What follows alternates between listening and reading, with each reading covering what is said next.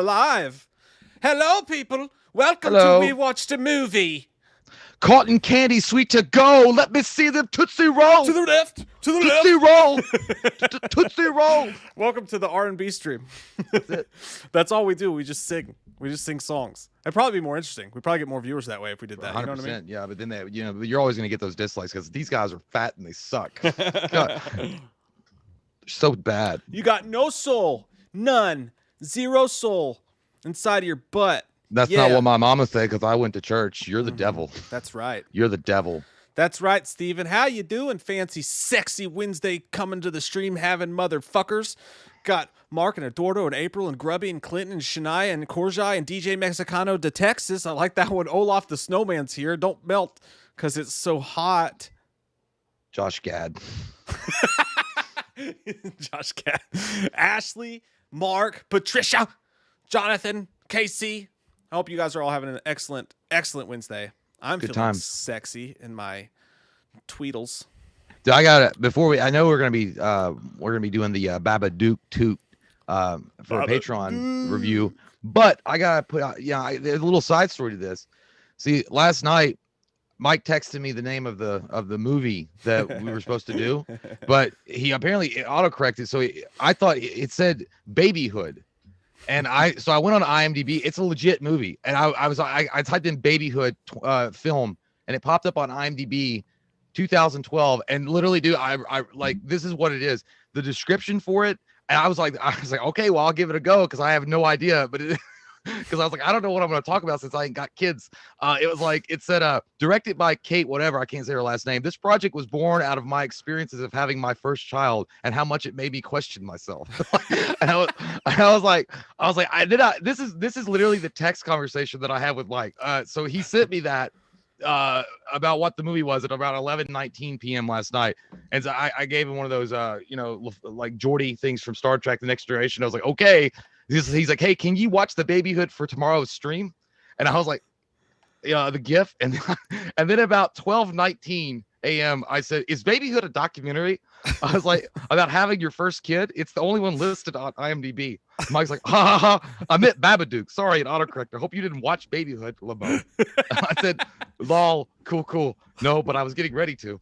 I would have been ready to fucking go today. I would have been talking about having kids, the Babadook. Like, it would have been crazy. I wonder how long it would have took us into the review for you to realize that we weren't reviewing Babyhood. I don't know. I mean, I think we would have been thinking that we're on the same track. And then as soon as I mentioned, it's shot in black and white, and the woman's just really struggling with her first child, and you're like, wait a minute, are we asking? Like, what the fuck are you talking about? Hey, we know somebody watched the Mandy commentary. Austin said, bring me the horn of Abraxas. I forgot all about that shit. Will be yours. Yeah, we did the commentary for Mandy, and when he says, he's like, that guy's like rubbing his face. He's like, bring me the horn of Abraxas. Woman, bring me my penis pump, aka the horn of Abraxas. I'm feeling frisky tonight. It's just funny. That guy looked like an old, fucking, even more wrinkled up Ric Flair. That main bad guy. I can't believe that's Bruce Wayne's dad. Dude, you know what I got surprised, and because I'm fucking stupid, I didn't know. Dude, the guy that's playing the new Captain America in the Falcon and Winter Soldier is Kurt Russell's son. Yeah, I didn't know that the other day. Yeah, that's wild. He looks nothing like him. I know, no, I mean nothing. It's like, hurts, don't it? Yeah. When someone says that. All those genes, and you look like that. Well, I saw it. I mean, I was like, maybe if he grew a beard or something, maybe he'd look more like him or something. I mean, get a little Fu Manchu going and get the Tombstone look going. I just, if Kurt Russell was my dad, I'd straight up like always have like a mustache like his in his White Earp. That's just what I do. I walk around and I'd be like, he goes, don't be hitting that horse because it hurts, don't it? You like, and then I would want my dad, like, I wouldn't, if you got in trouble coming home drunk one night and Kurt Russell came downstairs, he was like, you called down the thunder, well now you got it. And I was like, Dad, I'm just like, I know I'm in trouble, but that's fat ass. I'm just gonna say it's fat ass. He's feeding the dog under the table and he knows he's not supposed to, and his dad catches him mid-act. He's like, go ahead, son, do it, skin it. Skin that smoke wagon. So, okay, I guess I'll skin my smoke wagon. Gypsy Warrior, first super chat of the night. Thanks, bud. He says, Zombie Tiger, that is all. Fucking zombie tigers, man. Yeah, I don't know why we did the review, I was legit convinced it was a saber-toothed tiger. And I was like, what the fuck? What is the time frame on this? Saber-toothed tiger. Yeah, that's a badass tiger. And I bet there's I gonna be wonder if more you know animals that Mike are Tyson zombies. would try to get it. Yeah, you know that. He'd have a zombie fucking tiger and then have like leopard underwear and be posing with it. Bring me the horn of a brachyth. That's all. The only way to say it, you can only insult Mike Tyson when you're safe at home on your internet. Oh, That's yeah. it. No. I would somebody like some comedian said that they were like, when you interview Mike Tyson, it's like you look over at him and he's just like 5 feet away from you, and you're like, that's fucking Mike Tyson. He's like, it's like being in a room with a tiger. Like, and there's no handlers around. Like, he could just snap on your ass at any second. I was like, I get that totally. Yeah. Tomo Igato said, I thought y'all were live at 12:45. That's just when I created the thumbnail. You see, did I forget to press the schedule button and make it for 8? Yeah, dude, I saw it. We apparently we streamed 6 hours ago. Sorry, guys, we're a little late to the party. I feel like Bill and Ted's Excellent Adventure. He's like, hey, it really was you that stole my dad's keys. Oh no, that sucks. Remember, we got to go back or it won't happen. But it did happen. I bet we have like 8 people here tonight because of my fuck up. God damn it. I think they changed the way they like lit that up. Hopefully this is still on the same live stream though, at least. Let me double check that linkage. Make sure it works for my pudding butt. Yeah, I think I did. I saw somebody like one of the chats earlier and they were like, this is early. I was like, I wasn't informed. So well, I did that on accident like a couple weeks ago, and I went in to fix it, and I saw the chat, and I was like, hey guys, sorry, this is meant to be scheduled for 8. And some guy right before I went in there had commented, and he was like, you're late. Guess what? I'm leaving. Not waiting. Bye. Sorry. I was like, you gotta be like, with those kind of people, you gotta be like Ringo. You gotta be like, well, bye. Smell like somebody died. Oh man, fuck. Sorry about that. I want you to know that it's over. Well, yeah. I mean, the people who know that we always do 8 p.m. On Wednesday, so hopefully there won't be too much confusion going on. But what are you gonna do? You make fuck ups in life. My entire life was a fuck up, according to some. But I'm still here, trying my best, getting naked with the cheese whiz. Wow. Yeah, you like it. American or cheddar, you son of a bitch. You know it's cheddar. Next time I recommend you buy American. Cheese whiz. Dustin Adams, thanks, buddy. Says, what up, Wham Fam boys? I came up with the new Friday Night Fights. How about y'all do greatest one-hit wonders of all time? Like music? Like greatest one-hit wonders. I guess that's got to be what you mean, right? Like greatest one-hit wonder musics. I don't know if people want to hear our musical opinions, Dustin. I feel like they would hate that. It's a good idea. I'd have fun. It's varied. It's all over the place. I mean, it'd be really hard to narrow that shit down because there's a lot of good one-hit wonders too. You know what and you're talking about decades too. You're talking about like the 80s. You're talking about the 90s. You're talking about the 2000s. Like what you have to go the decades. Yeah. So I mean, you couldn't put like "Come On Eileen" because that's considered like the number 1 80 or that or "Come On" or "Take on Me." Yeah. Against like well, I guess you could break it down if it was a number 1 hit song of one-hit wonder in the 80s. Take the best song of the 80s, then put it against the 90s. And so on and so forth. I don't know. It's hard to do it too, dude, because like you, what some people consider a one-hit wonder band, others don't, so they get really pissed off. Like still real to me, damn it. Someone's like Matchbox 20 Push, and I'm like, dude, Matchbox 20 has like 17 fucking hits. What are you talking about right now? That's true. You know, or like Eiffel 65. Are you serious? No, they had better songs. Did you never hear the one called "I'm Yellow, in Need of Yellow"? It was a hit follow-up in Europe. It did really well. They should do that just to see if they can make a comeback. My favorite one-hit wonder of all time is Dog's Eye View, or Bird's Eye View, Dog's Eye View, and it's that everything falls apart, then you gotta put it back together. You remember that song? Yeah, I love that song. I don't. It's hard to pick like a favorite one-hit wonder song that I mean, I love them all. I love "Don't Worry, Be Happy." Here's a little song I wrote. You might want to sing it. And the other one I liked, "Eagle Eye Cherry." Save tonight. Definite one-hit wonder band. Absolutely. Because I never heard. I mean, I know they probably toured like in the back of Holiday Inns and shit after that one hit went off, but I don't know. Yeah, dude. What was that? Oh fuck! I forgot what I was gonna say. Stupid. Vanessa says more than words. I thought they had other songs. I guess not. Hey, Vanessa, if you like that song, go and look at Jimmy Fallon and Jack Black when they recreate that music video. That's some of the funniest shit ever. Funny as fuck, dude. That is really fucking. It was 4 non-blondes, 5 non-blondes, 4 non-blondes. That hey Four non, yeah. Is that a one hit Four wonder? non, I think it's four non. I don't know. I mean, you're asking a blonde guy to remember if it was four non or five non blondes. Oh yeah, I forgot. We're only brunettes level. It's stupid. That is a fun idea though, Dustin Adams. Mando Viking, thank you. Says, love you guys. Couldn't wait to see the stream. Stuck at home with COVID, watching some horror films. Ooh, sorry, dude. That fucking blows, man. Hey, most people have mild symptoms, right? Just cruise on through. 2 weeks later, hopefully you'll be feeling fine, fresh, get out of the house, and it'll all be over with for you.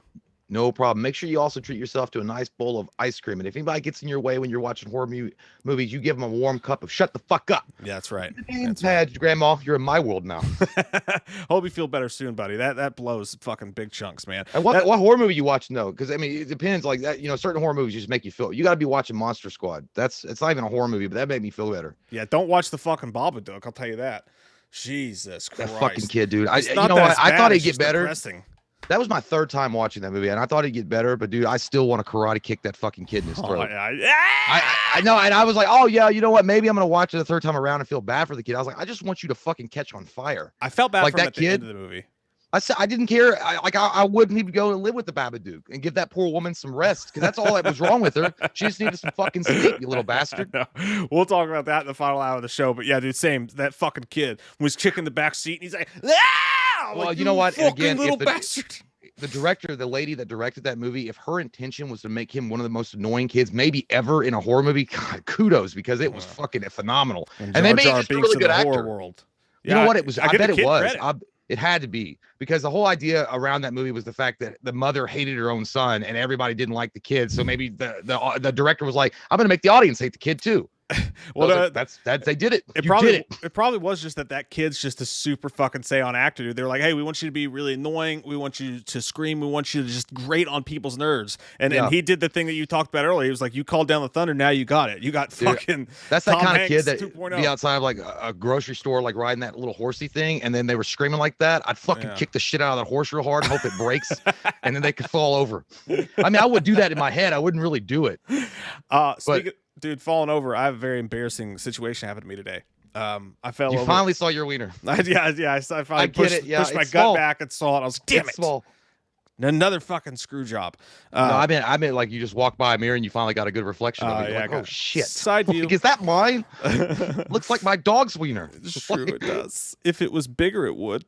No, I fell down in public, dude. At the gym today. I literally no, not on the treadmill. I sat down on the bench, and the bench was like you can move the seat, right? So you can lay down and you could do like chest curls or whatever the fuck, and then or you can like angle it and you could do like arm curls, which is what I was doing. I was trying to angle it, so I'm like at an angle and I'm like this, and I lean back on it, and I've got like like 35-pound weights or whatever in each hand, and I didn't fucking like adjust it correctly, or whoever sat there first didn't put the poker back in, because you got to pull it out and put it on the right nozzle. I didn't put it back in, and there was only one dude in there, and he was directly behind me, standing in front of the mirror. So he was looking directly at me. He was looking at himself, but I was in his periph. And dude, the fucking thing just went fucking all the way to the ground. It doesn't go to even; it goes all the way to the ground. So I fucking, awesome. Dude, it snapped, and I went all the way back, and I fucking threw the weights up in the air. Did you jump up like the son of a bitch? Machine's broke. I swear to God, I did, dude. And I hit the fucking machine behind me. I rolled into the floor because it was such a dynamic fall. I rolled into the floor, hit the machine behind me, and then jumped the fuck up really quick. And I turned, and dude, I looked him directly in the fucking eye because he was the only one in there with me. And I looked him directly in the eye, and he tried to look away, but then I stood there until he looked at me, and I was like, "It's okay, you can laugh." I was like, "I'm really embarrassed right now." And all I did was go. He's like, "Good thing there's no cameras in here, damn man." Was there were you in front of one of those vanity mirrors? Yeah, they're everywhere in there. It's like, dude, what you should have done is you should have tried to readjust your roll like in the middle of falling, and then popped up in front of the mirror and started doing roundhouse. He's like, ice. And then he'd be like, it's all part of the workout, man. I'm surprised you didn't know about that. Yeah, like the guy looking at you. I was like, I thought this was a CrossFit gym. What's up? I thought you did like fucking crazy. Yeah, I would have done some. I might have done some shit. I would have bounced up like a kangaroo and done like a fucking crane kick and go, ice. Like, woo, that was a good workout. I'm gonna go check out my fucking progress. There was no saving it, dude. And I felt bad for the guy because I know he was trying not to laugh. That's why I just looked at him. I was like, dude, just laugh. Will you please just laugh? I was like, because I'm embarrassed right now and I need you to laugh. Yeah, dude, there's nothing worse than falling in public, and especially when people like do it. And if you make a sound like the worst, And it was like, it's happened multiple times. The one time bouncing off the plexiglass at Hollywood Video because I jumped on the sidewalk and bounced off of it when everybody was in there on Saturday night. Cody was there, dude, the whole side of my face. That was bad. And then I had to walk in because I needed to get the movie that I wanted. And everybody was like, dude, are you okay? And I'm like, yeah, man. It's like, it's no big deal. It was so embarrassing, dude. My ears were fucking red, and I had to go over the new release, and I just stood in the corner. Like, I looked like the guy from Blair Witch. I just stood there for like 10 minutes until people started leaving the store. But the worst, dude, dude, the worst ever, because it was the sound that came out of my lip, that came between my lips. I was in middle school. It was 8th grade, and we used to, in the mornings, you had to go and sit on the bleachers and wait before before you went to class. You had to be in there with everybody. So those bleachers are a goddamn death trap anyway. Like the way, like those risers that come out, like I don't know how they don't have more broken arms and legs every year from kids falling on them. But anyway, I was coming down after they called the bell for class, and dude, I tripped because I got up and I tripped on some kind of metal like rung or some shit that was out. And I wasn't paying attention, and I tripped. It caught my fucking. I was wearing khaki pants. It ripped that shit, and I fucking flew down like the risers. And when I fell, dude, I was like, oh, because I might have been able to pass it off because it hurt because I hit my stomach and my shins on those fucking risers. I was like, oh, and then everybody was like, ooh, like I was like, oh. I had no excuse. I just picked up my shitty Janus Sports backpack and ran in there. I was like, I'm calling mom after first period. I was like, I'm going home. That was the worst ever. There's nothing worse than falling down in public, but there's nothing better than watching your friends fall down in public. Like that shit is the fucking best, man. Especially if they're drunk. You're just watching like roll, and they look like those pill bugs, those roly-poly bugs, and they can't get off their back, and they're just like their feet and legs are kicking. Oh, did that happen to me? When we one of my birthday parties, we came back. I literally laid on my back, and I was fucking past. I was gone, and Mike and them had got Taco Bell, and Mike forgot I was even there. Like Mike was like, "Dude, I thought you'd gone home." He passed me like 3 times. I was laying on his couch, and he was like, "I thought you were gone." You remember that? That was like 2 years ago. That was our birthday party.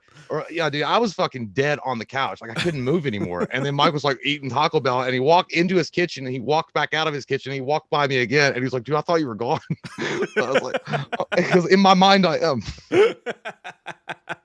Yeah, dude, you're fucking trashed. Dude, I was wasted as fuck. It was funny because we had to pull over on the side of the highway so I could vomit. And the girls were trying to get out, and I thought we were going to go to jail, dude. I really did. The girls were trying to get out to help me. And Mike was like, "Let him vomit in peace. He's a man. Let him vomit in peace. Leave my friend alone." No, Mike came down like the cracking sound of thunder of the Viking ship is like, "He's a man. Let him have a man's time." And it was, I think the girls were only trying to get out to help me because it was on an incline. And if my ass had gone down off that fucking highway, I would have disappeared into the Blair Witch cabin because it was like there's just like high weeds. I would have been gone. You never would have found me. It'd been like 127 hours. Phantom Films, thanks, buddy. He says my Halloween fan script is officially at 60 pages. Hey, congrats, man. Congrats. I don't know how many pages I'm into on the book I'm writing, but I'm over 6,000 words. I think that's good. How many pages is that? 2. It depends on the margins. Yeah, I want to write a book this and it big, depends on how many times you reuse the same word. Like in school, you're like, I use and. Yeah, I'm just gonna double space. Dude, 2 lines. I got in trouble once because that was always the shitty when your teacher would be like, "Oh yeah, it's gonna be a minimum of 1,000 words or 2,000." It wasn't an interesting topic, and you fucking hated it, and you're like, "This is stupid." So you would just reuse the word like stupid, but. Then and you would just, and they were like, you turned it in, they're like, "I'm gonna give you a C+, but I just expect more from you." I'm like, "What do you mean?" And she circled. I was like, she circled because I reused the word over and over again, and she took the time to circle it with a red pen. And I was like, "How long did that take you to do?" That's stupid. You're punishing me, but what? Do you have a life? Yeah, who's actually wasting time here, me or you? I'll never forget, dude. The worst notes I ever—not really the worst, but I'll never forget. like for like the 2 weeks that I was in college, I had a creative writing class, and the guy gave us some super fucking hard assignment, and I partied all weekend. And like 20 minutes before class, I just like typed it up. It was like one of those 1,000-word pages, or whatever. And it was about like religion, and I forgot what I said. I just wang it, and made up a bunch of bullshit. But I was like, hey, there's actually some pretty good ideas in here. And he circled it in giant red on the top of the paper, gave me like a fucking D plus, and I was like, D plus, but gave me like a D plus, and he wrote in giant red ink. He was like, your grammar is failing your ideas. And little did I know that, 20 goddamn years later, that would still be happening. That's happening right now as we speak. That is just the story of my life. Well, I always feel like certain teachers and the way they act in school when they grade papers or whatever, and they give that little extra, they're being extra for no reason. I think it's like the dislike button on a YouTube video. It's like, you don't have to do shit. Like, you don't have to, like, you could just be like, you gotta be, and be like, do better next. You just do better. But if you're gonna write like I've got papers back when they like they had a paragraph and then like turn over, and they had more additional complaints. I'm like, bitch, I wasn't writing a fucking piece for the New York Times. Like, I don't know why you expected this to be like goddamn Oscar Wilde type of shit. I did the assignment. Now give me a C.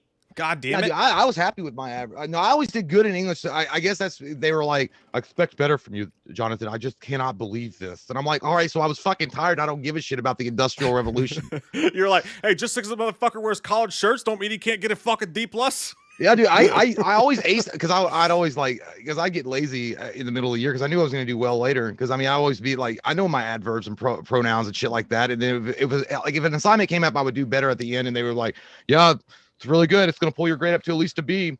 But I'd like to see this kind of work all year. I'm like, well, I bet you like to have a bigger dick, but you just don't have it. So it's not going to work. Story of my life.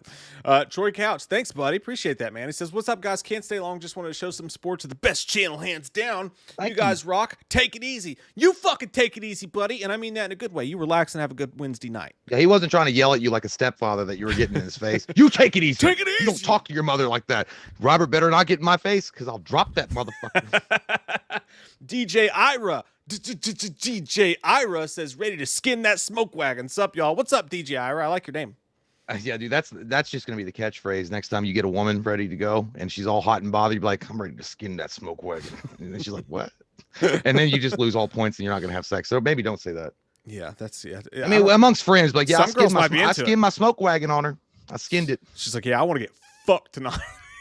Just get that smoke wagon. That's always the weird thing. If a chick gets like that, you're like trying to play, the foreplay game. You're being all romantic. You got the date. You took her to Olive Garden, all the good stuff. Yeah. And then she's just like, you're like, I gotta wine and dine this. And she's like, we gonna fuck or what? And you're like, yeah. What? Couldn't you just said that before? I wasted all this money and shit. You barely get the tip in. She's like, harder. You're like, whoa. Yeah, like she becomes Elvira, mistress of the dark. The demons come and the chains rattle in the dark. And I hope to have your soul. You're like, God, just stop. I just want to have sex. Can we just do missionary? Let me throw my turbo button on real quick. I just want to do missionary. Can we just do the regular? It's like it's like going to get an oil change from Valvoline and they try to get you to get that Supreme or whatever. That's $300 more than you want. You're like, I just want the regular. And she's trying to sell you on the fucking holy shit Supreme overpriced package. You're like, I'm not ready for that. I get excited though. I'm like, okay. I think guys do that though. Like when a girl does that, they take it as a personal challenge. They're like, oh, you want the guy does? Yeah. Oh yeah. Girl, you want it harder than I can get it harder than this. I can. You call down the thunder. Well, now you got it, Mister. Yeah. That's the third time I've used that, but it's fitting. Well, that's what it is. I mean, it's true. It's like I don't know. It's like using the Mario whistle and getting to World 8 and you're not ready. In Mario World or Mario Brothers, like you don't know how to play that level, so you just gotta stick to the clouds and the rivers that you used to. Don't go chasing waterfalls. That's how I live my life. I don't know about you guys. That's the difference between me and Jay. Jay turns on waterfalls and gives you a nice sensual experience, and you come over to my house and it's like, let the bodies hit the floor. I have a Mr. Rogers Neighborhood outing with sex, and Mike has a goddamn crime scene CSI over there with a black light saying, I think she's dead.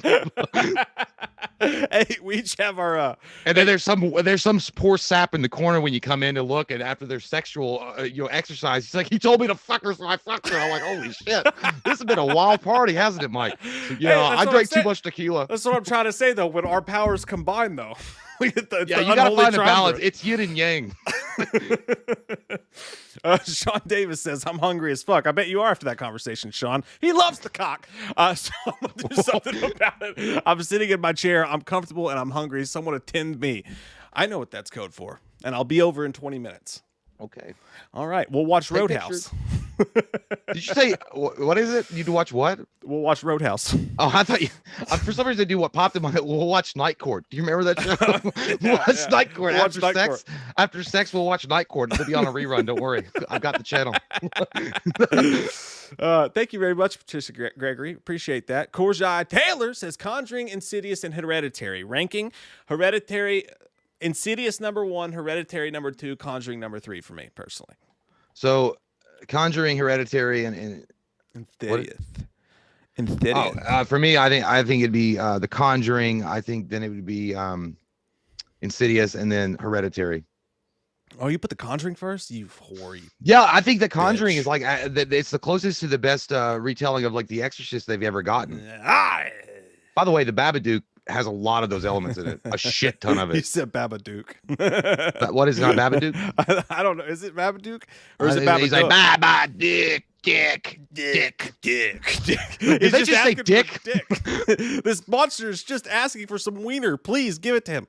Yeah, the Babadook. I don't know. I thought the it was Babadook. The Baba, I don't know. Like Snuck, Stolen, Snook. Babadook. Or is it Babadook? Well, there's no video stores around, so I'm not going to get that confused if I ever call Blockbuster. It's like, hey, do you have the Babadook? And I'm like, what's that? We don't have a porn section, guy.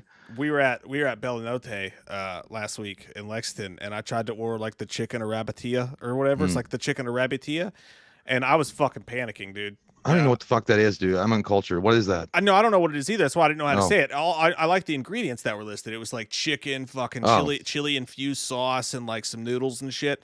But it was called the chicken arabitia, and I'm pretty sure I said it wrong. But I said arabitia, and it sounded like I was saying, some rabbit. Like, give me some arabitia. Oh yeah, arabitia. Yeah. I don't know how it was supposed to be said, but I'm pretty sure I said it wrong. Dude, I saw a meme that actually fits that really well earlier today. It said, it showed an Asian, like a Chinese menu, and it had on the bottom, it was like, I tried to Google what I wanted, but it's not listed. Like, that was one of the, like, because it's always that thing. It's always that thing you can't think of the name of it, but you had it at like an Asian cuisine restaurant or something like that, or an Indian place, and you're like, I don't know what the fuck it's called. And they're like, well, what do you want? I was like, I don't know. I was here like a couple of months ago. Do you remember me? And I got the thing, and it's got sour cream on the side and chives. And they're like, what do you mean? I was like, yeah, it's got some stuff on it. Yeah. They're like, yeah. Oh, they're like, oh, it's Kiriko Tita. Like, that's it. You go to the Mexican restaurant, and you're like, I'll have the tortilla and the quesadilla. I swear to God. Can I get the nacho fajita? Let's go. I'll have the nacho fajita Jalisco. Dude, that's the first time. Yeah, I couldn't say it, so I pointed like because you look so fucking stupid. If you're in a Mexican restaurant and you don't know, and I just held the menu up like I was like nacho, like this. I was pointing. I was like, I can't. And he was like, you want the nacho fajita? Let's go. I'm like. That what he said. Yeah, there's a smart move though. If you're on a first date or something, just like be like, I can't decide between this one and this one. Let's go with this one. He's like, I can't see like this one. It's like, can you say it for me? I have bad eyes. It's like the fucking quadruple coduta mojito. Yeah, I feel like I'm casting an ancient spell. Yeah, they bring you a mojito. And it's that's happened before. It's a beautiful language. I'm not. Don't think I'm making fun of it. It's just I don't know how to say it. No, I don't know how to say it. Patricia Gregory said, Jay, I know Babadook or Bababook. Is it Bababook? Bababook. That should if that's not the case, they should have been called the Babadook. Babadook. Maybe it's French. Babadook. Yeah, but that's true, dude. I've had that happen before. Where I've tried to say it wrong, and they brought me something completely different, but then I have to act like I wanted that because I look stupid otherwise. I'm like, oh yeah, I definitely wanted the fucking not cooked rabbit. Dude, this is good. Never fucking forget the time that I went to the Mexican restaurant in Winchester. The old one though, not the new one, not the Bel Grande or whatever, but the old one that was like the El Camino. Yeah, it was like the condemned Golden Corral that they turned into. Dude, it's Mexican bad restaurant. now. It's really bad. It looks like a fucking Escape from LA in there now. That's where me, you, and Cody had brewskis at a couple months ago. It looked like Escape from New York when we had it there, but now it looks like Escape from LA. Like it's gotten worse. It does. It's gotten worse. But no. one time I went there and I was like, "Can I have a whiskey and Coke?"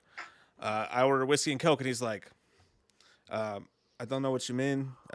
Whiskey, Coke. You want the Coke and the whiskey? You And want I the was like, grande? yeah, and I was like, no, can you just put some ice, please, in a cup, and then put a little bit of whiskey in there, and then put some Coke in there. That'll be great." And he was like, okay, I got you, my friend. And then he comes back, dude, and he literally fucking, I shit you not, he gave me an entire fucking glass. It was a Pepsi cup.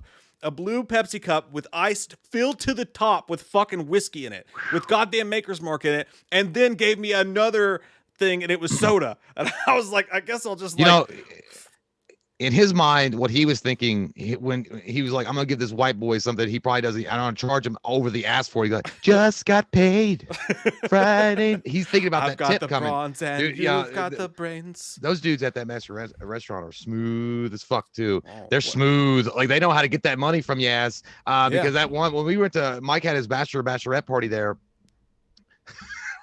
It was the funniest thing ever. It was funny. It was funny for me because you were wasted as fuck, dude. Well, the Mexican waiters and staff started partying with us. It was nice of them. They shut down the restaurant to let Mike have his bachelorette party in there, but they started drinking Tecate. And they were drinking it like they were just drinking it nonstop. And Mike kept getting drinks and I kept getting drinks, but they were charging fucking Mike's bill for every drink they had. So the beer that they were drinking was on Mike.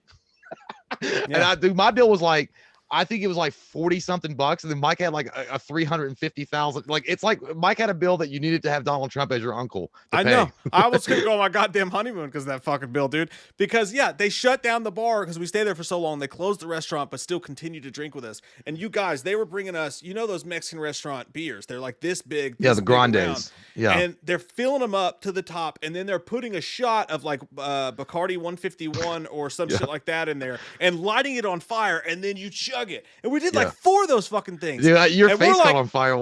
Yeah, dude, my fucking eyebrow caught on fire. And we're like with all the Mexican dudes at the Mexican restaurant, like we're arm in arm fucking singing and dancing all night. I'm like, these guys are the best. It's like, okay, here's your bill. And I was like, $450 goddamn dollars or whatever. There was this one dude that was talking to Mike and Mike's wife and my ex-slut, and they were talking, and Mike was so drunk. I think my brother and somebody was carrying him off into the bathroom, and he looked, and he's like, "I will fucking kill you." That's all I say. He's like, "I will fucking kill you," because he was talking to Katie. They're like, "Hey man, that guy's talking to Katie." It was that one. I think it was Luis. It was Luis. Yeah. And they were like, "Oh yeah, he's a ladies man." I was like, "Oh, he looks it," because he was like all smooth about it too. He's, and then we were outside talking boxing with Luis, and Luis is cool, man. Luis was like, because we were talking about Mayweather and a Pacquiao or some shit like that. Because before they fought, he was like, if someone pays you $100,000 million, you'll throw the fight. I was like, what the fuck are you talking about, Luis? I don't even know what you're saying. Like, what? Who's throwing the fight? And he never did. I was like, are you talking about Pacquiao? Because you don't like him because he's from Pacquiao's a Filipino. So the Mexicans don't like Manny Pacquiao because he's they call him the Mexican killer because he went over there and he beat Antonio Barrera and all the Morales and all those guys.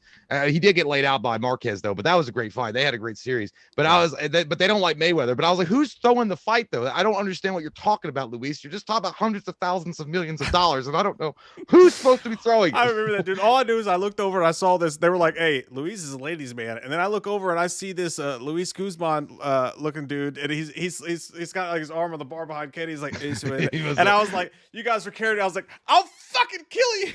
And then that was fun. It was all good fun though. Luis looked like the Spanish version of The Sopranos.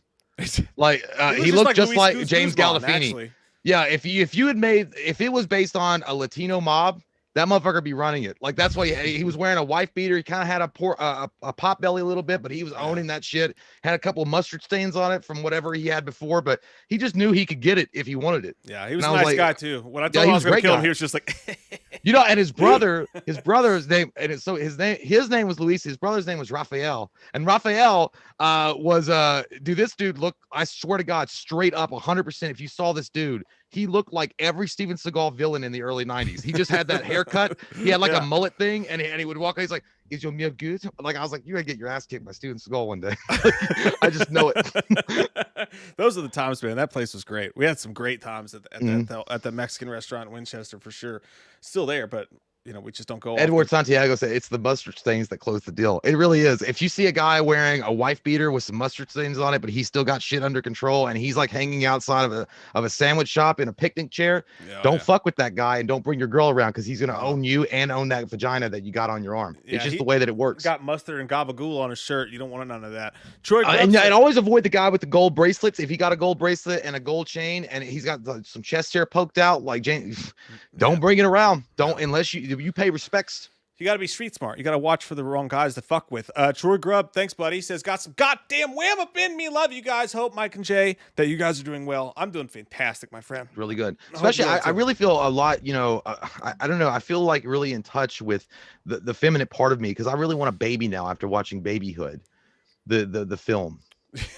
I wish you would have watched it. That would be no, dude. I'm glad I didn't, because I don't know how that would have made me feel. Because it's literally, and it might be a great film. And I was going to recommend it to you, because it seems like something. Because it's going hard for me to talk about, because I don't have children. But the fact that she said how hard it was to cope with the fact that now she had to put her life on hold documenting her first kid, I'm like, that's a pretty good idea for a film. It's only 54 minutes. You're probably cussing me out. Like, can't believe this motherfucker. No, dude, I really was. I was gonna be like, man, can we ask for a different request? Because this got nothing to do with me. Edward Santiago, thanks, buddy. He says, don't feel too embarrassed, Mike. I took a heavy bag to the face this past Monday. Oh, in the bedroom? You know what I mean? No, he said to the face this past your nutsack during boxing class. So I guess when they like push it, they hit it off, and it comes back and fucking just knock you in the face. He says, "LOL, yes, a heavy bag. Never lose focus. Never lose focus." Hey, dude, did you when that happened to you, when that heavy bag hit you in the face? Did Chung Lee? Did he go through your mind from Bloodsport? Did he go, very good, but brick not hit back? It's like, son of a bitch, I got words to have with you.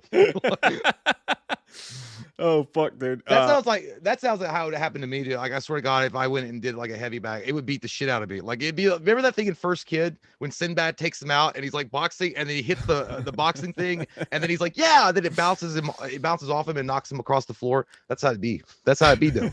That is how it be, though. Oh fuck. Anthony Stamp says, went to use the restroom in Walmart today. Always the dangerous situation. You are putting your life adventure on the line. And saw a guy yanking it in the urinal, so that's how my days. Dude, I was getting ready. Yeah, dude, that, look, every time you go to a Walmart bathroom, the Indiana Jones theme music should come on. Bum ba dum bum dum ba dum, because you don't know what's gonna happen, and you got to get out early. Yeah, there's some weird shit that's happened in those bathrooms, man. One time I walked into the bathroom, or the bathroom of the Walmart here locally, and dude, there was shit smeared all over the fucking wall, and it looked like somebody had tried to do some kind of Blair Witch symbol and stuff, and I was like, somebody was pissed about those prices they jacked up on those CDs. I can't believe it. I gotta know though, dude. Like, did you hear? No, they were already. Oh, the guy. Yeah, that squishy sound. Yeah, like, did you hear the like? Oh. Yeah, dude. How are you gonna do? How are you like? Well, he said he saw him yanking it. So you ever accidentally like walk by? They've got those stupid bathrooms that have like a fucking 4-inch divider. So you walk by and you accidentally just catch a glimpse of the dude just taking a shit, or you're the dude taking a shit, and you can see everyone, and you're like, God damn it, here we are. I wonder if he just looked in there and the dude was like. Dude, I remember, and it's not like that at all. Like, I've never caught anybody, yanking their sporkle before in a bathroom. It's but a very spodonkle day. I remember I'm going to Regal or something, and the way that the doors are on the bathroom stalls, there's a little bit of a crack, and it's a little bit bigger, in the doors. Yeah. Yeah, and dude, we made eye contact. Oh. Like, he was taking a duty, and I had just peed, and I was going to wash my hands, and I just kind of, you look around or whatever, and I looked over, and just through that crack, it looked like that eyeball from Black Christmas. It was like he looked just like right at that crack, and we just made this eye contact, and like, I knew he was taking a poop, and he knew that I knew he was taking a poop, and he was in mid-strade, because he was like. Dude, it was so awful.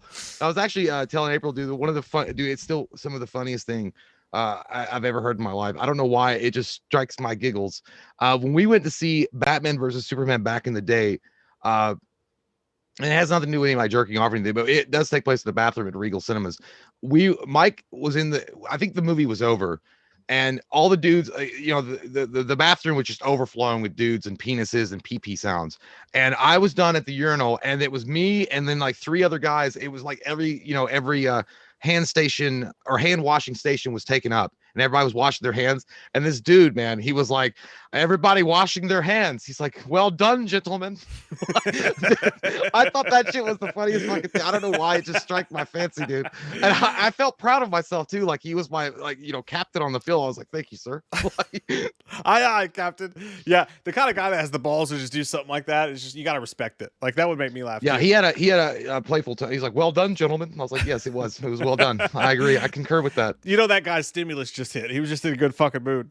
No, this was back. No, this was BVS days. Well, maybe his tax check hit. Yeah, his tax insurance. Sean Davis says, "Did someone say cock? Where? I'd like a magical ticket to this island." Holy shit, Sean. I mean, you pantless son of a bitch. He's like that guy, like he heard cock, and I just imagine like that cartoon character that rises up behind from a rock that they were hiding under, like, cock? Where? Did I hear penis? Rarely movie takes. Thanks, buddy. He says, back with more beer money. Have you ever seen Warlock? I do not believe I've ever partaken in Warlock. Dude, Warlock's fucking great, man. You got to watch that movie. Warlock is like, he makes male sorcerers badass again. He also looks like Michael Bolton a little bit. Warlock 1. I like Warlock 1. He hot? Yeah, kind of. I mean, he's not, you know who he is? You remember Arachnophobia? Yeah. Okay, do you remember the expert they called? Yeah. The one that had that's Warlock. That's the main guy. I've seen the cover. It's got like a spotlight on him. And he's like, that's Warlock 1. And Warlock 2 got really stupid, but it was still fun. Warlock. Yeah, I liked it. That motherfucker, he could cast a spell on you and sing your tunes. He just looked like he could bring out a saxophone from his cloak and put you to sleep while he took over the world. But dude, it was kind of gory too. In the second one, in Warlock 2, he has to come back. He has to be reborn through a woman's vagina. It's fucked up, and he comes out full grown, like a human. That's how we're all born. No, like full grown. He has to do it. Ow. It's gross. Shit, it's pretty nasty. That poor girl. It's like, God damn. That motherfucker had a super penis. If you ever put that sperm in you, he gave you a full-grown man Warlock. Well, I'm ready for school. Cody Buchanan, thanks, buddy. He says, if you played in a Halloween movie, how would you want Michael to take you out? If I'm just the actor and I don't actually have to be murdered by Michael Myers, and after I answer this, I'm gonna go pee because my wiener hurts really bad. I really gotta go too. After but if I was going to be killed by Michael Myers, I would want to just, if I'm the actor, I want to have the most brutal, goddamn slow. I want him to beat the shit out of me. I want him to slowly cut my arms. And Michael's not even into that shit. And then I want him to fashion me in a way to where my fucking head's like shoved into my own dick. Because I want people to remember me as an actor. So that's what I would go with. I want Michael Myers to take me to your best friend's house, show me what it's all about. No, I don't know. I like as far as a brutal kill goes, Columbia necktie. Just take me to the IRS fucking office and say that you're going to be audited. That's it. He's like, I'll show you your future. I don't know. Yeah, it'd be cool if he took your head and he stuffed it down into your chest. Like if he gets over top of you, like he comes off of a railing, and then he does one of those things where he like pushes your heads down and it goes into your chest and your fucking head is in your stomach and it opens up. I thought a lot about this. That's fucked up, man. I know. I was like, but if that happened, that brutality. It's like I want him to cut my head off and then shove it into my own butt cheeks. I want to taste my own butt when I die. Oh shit! Fuck. Okay. This is a last super chat I'll answer before I go pee. This super chat comes from Just Fuck Joe Bitch, and then that's his name. It's literally Just Fuck Joe Bitch, and then he says, "Hey Mike and Jay, I hope you guys are healthy and okay. I need answers from 2 cool, understanding people today." A channel called Jedha Patrol confused me by commenting, "I bet your mother is proud with a name like that. You seem." What? I'm sure she is. I mean, why wouldn't she be? I mean, you probably got. I see what he's saying. I see what he's saying. They made fun of his name and said, "I bet your brother's proud with a name like that." What's his name again? Just Fuck Joe Bitch, and then I'm proud of you. I like that you leave like this is a cliffhanger guy. J.J. Abrams should hire you because the whole thing ends on a cliffhanger. Just fucked your bitch, and then it's like when you're having a conversation. It's like my daddy always used to say, and then you just never finish it. And then Dude, I honestly was waiting for you to finish. Like you sucked me into your suck zone because I was like, what did he fucking say, bitch? I like your. I was like hanging on to the word. I think I'm hanging by a moment here with you. By the way, we appreciate the super chat, and your name is also provocative. I liked it. Yeah, it looks good. I enjoy it. Somebody said the way Austin said that was a Shao Kahn fatality in MK11. That's true. I forgot about that. Where he pushes the head down into the chest cavities. Oh, yeah. Do they do one where they put someone's face, their severed head, into their own butt? Does that happen? Yeah, I'm sure it's happened. I mean, I don't remember all the fatalities. How about your ass in my face, or my face in your ass? let's just not die and do it anyways. How about that? That sounds like. How about we do that? That's good. I'll toss you a salad. Oh. Okay, you gonna go? Your wee wee's hurting. Yeah, I gotta go. I'll be right back. On that note, Robbie Cozell says, "Hey Jay, please sing Lifehouse as Slenderman." Dude, I don't. Oh shit. Hold on. Me letting go of everything, now. Me diving in and where me going to go. I'm fucking these lyrics up. Me staying here. Fuck it. How about this one? Cutting fishing. A verdict is in. Not appeared on the docket today. Just my own sin.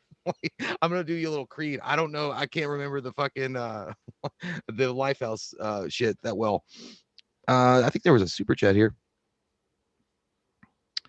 Just fucked your bitch, and then sorry I don't have more money, but the rest of the comments are afterwards for free. Sorry, that's all good, man. Thank you so much. Dustin Adams says, Jay, what RPG are you playing right now? I've still got Final Fantasy booted up. I just haven't been on it in a while. I'm actually in the process of playing Spider-Man on the PS4. Enjoy. I quite enjoy. Very good. Very good stuff. I also picked up the Miles Morales game as well. I haven't got to that one yet, but dude, I dig it, man. The Spider-Man PS4 is a really good, solid game. It's up there as far as I'm concerned with the Arkham Asylum video games, definitely. Grubby One says, "Where are all the likes? Come on, Wham! Let's guys, get the likes. Get on that like. Smash that like button and say you love me. No, please. It really does help. YouTube's been really weird lately. I think I mentioned a couple of live streams ago about how they were testing out removing the dislike button from YouTube, but it was so weird on how they were doing it. But by doing that, I think what they're fucking with is the overall interaction that we have. And honestly, what's happening, and somebody actually on YouTube showed this, they're actually removing likes in some corners of YouTube, which brings down the engagement, which also then brings down the recommended. I mean, we're never going to get recommended for shit. Maybe, Valtrax later on, but not like for a video review. But that really does hurt engagement. So if you guys get a chance to, if you don't mind, just go ahead and hit like. It just takes a second, just 1 second. Mando Viking, thank you so much with 10. He says, Jay, can I get some Dr. Loomis in the house? Yes, I'm here in the house. Raise the roof, bitch. And that's what you kids say. It's tight. She's fly over there. That girl is fat. PHAT. I don't even. Yes, how you doing? It's doing well. I hope everyone's doing well. I hope you're wearing a goddamn mask and you're keeping your bad breath in your mouth. That's the one good thing. You know why? Because it will make you smell your own goddamn stinky ass breath and realize you need to brush more. Have a good one. But I was always in the house. I gotta stay in the house because Michael's down the. What do you mean? Anyway, Casey Martinez says Jay sing "Lonely" by Akon as Loomis. I don't know "Lonely." I just had sex and it felt so good. I'll have to go back and listen to some Akon songs. I'm really not like up on Akon. Ed Warlock says, Jay, you got to play Doom Eternal. I've heard good things about it. Maybe I'll check it out. I like Doom. I was playing Doom back in the day, man. When it was on the computer, like with Wolfenstein. When Wolfenstein came out, I was playing Doom. I think the last Doom was Doom 3 that came out on the N64. That scared the shit out of me. I was a big old. I'm still a pussy, but that really scared me. So yeah, I'll check it out for sure. Faux show. Corjai says Akon lit though.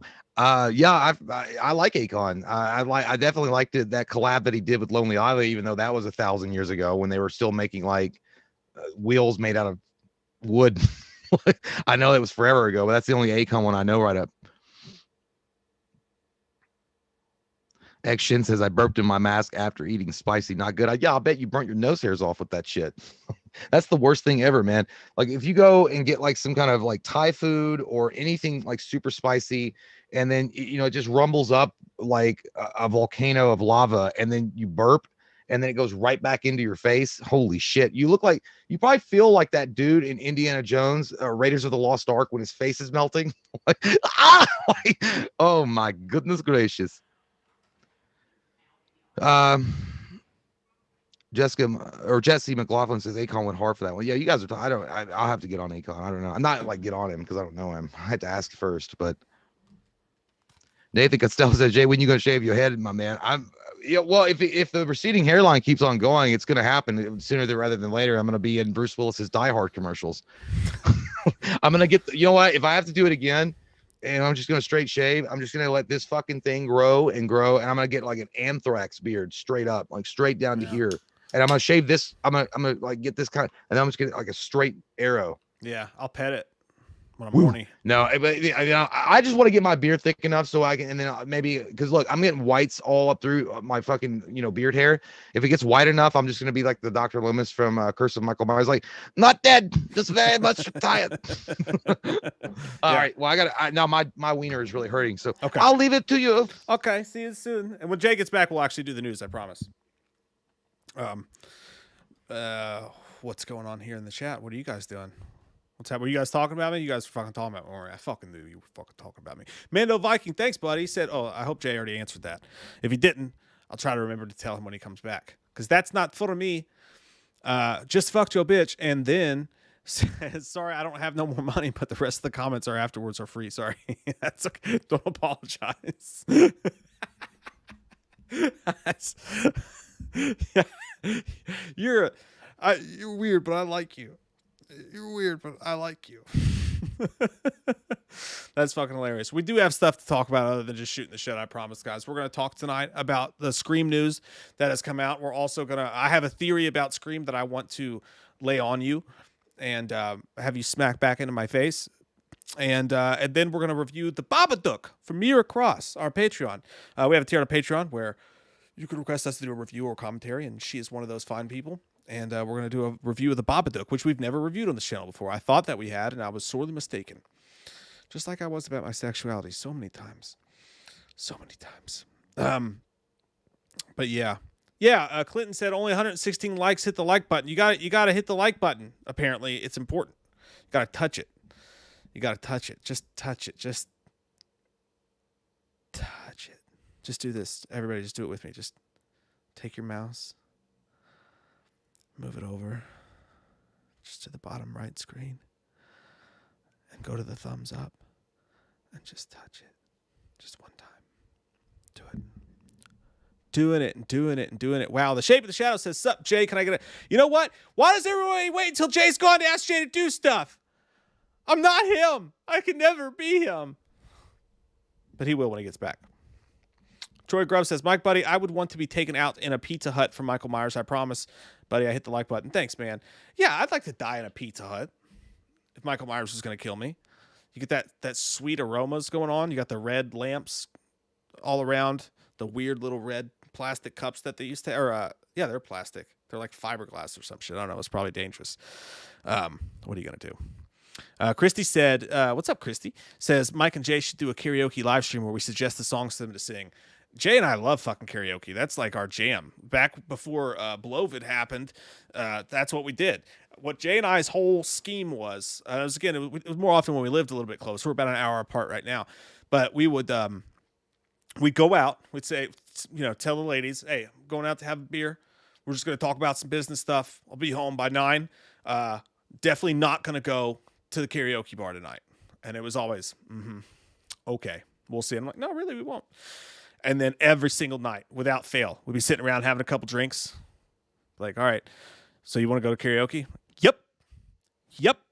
And then it'd be, till 2 o'clock in the morning out at the karaoke bar, just having a great, grand old time, because it just gives you something to do when you're drinking. You just wait for your turn, and then you just go up and you suck on stage. Not in that way. Probably would do that too if I was bored enough. But Mark Dorman says, got my tax return and sharing the love. Try not to spend it all in one place. B-dubs, Red Lobster for 1.5 fountain drinks. The world's your oyster. Hey, man, Red Lobster is a fucking jip, dude. Red Lobster fucks you so bad. That frozen-ass shitty seafood, I like it, but it's way overpriced. I'll eat anything. I don't give a fuck. Like, if someone say, hey, we're going to Red Lobster, I won't complain. I'll go there and I'll eat my fucking face off. Those cheddar biscuits are the bomb, But, yeah, it is a jip. B-dubs, I will take you up on that offer. I'm like, my body's like 72% B-dubs at this point.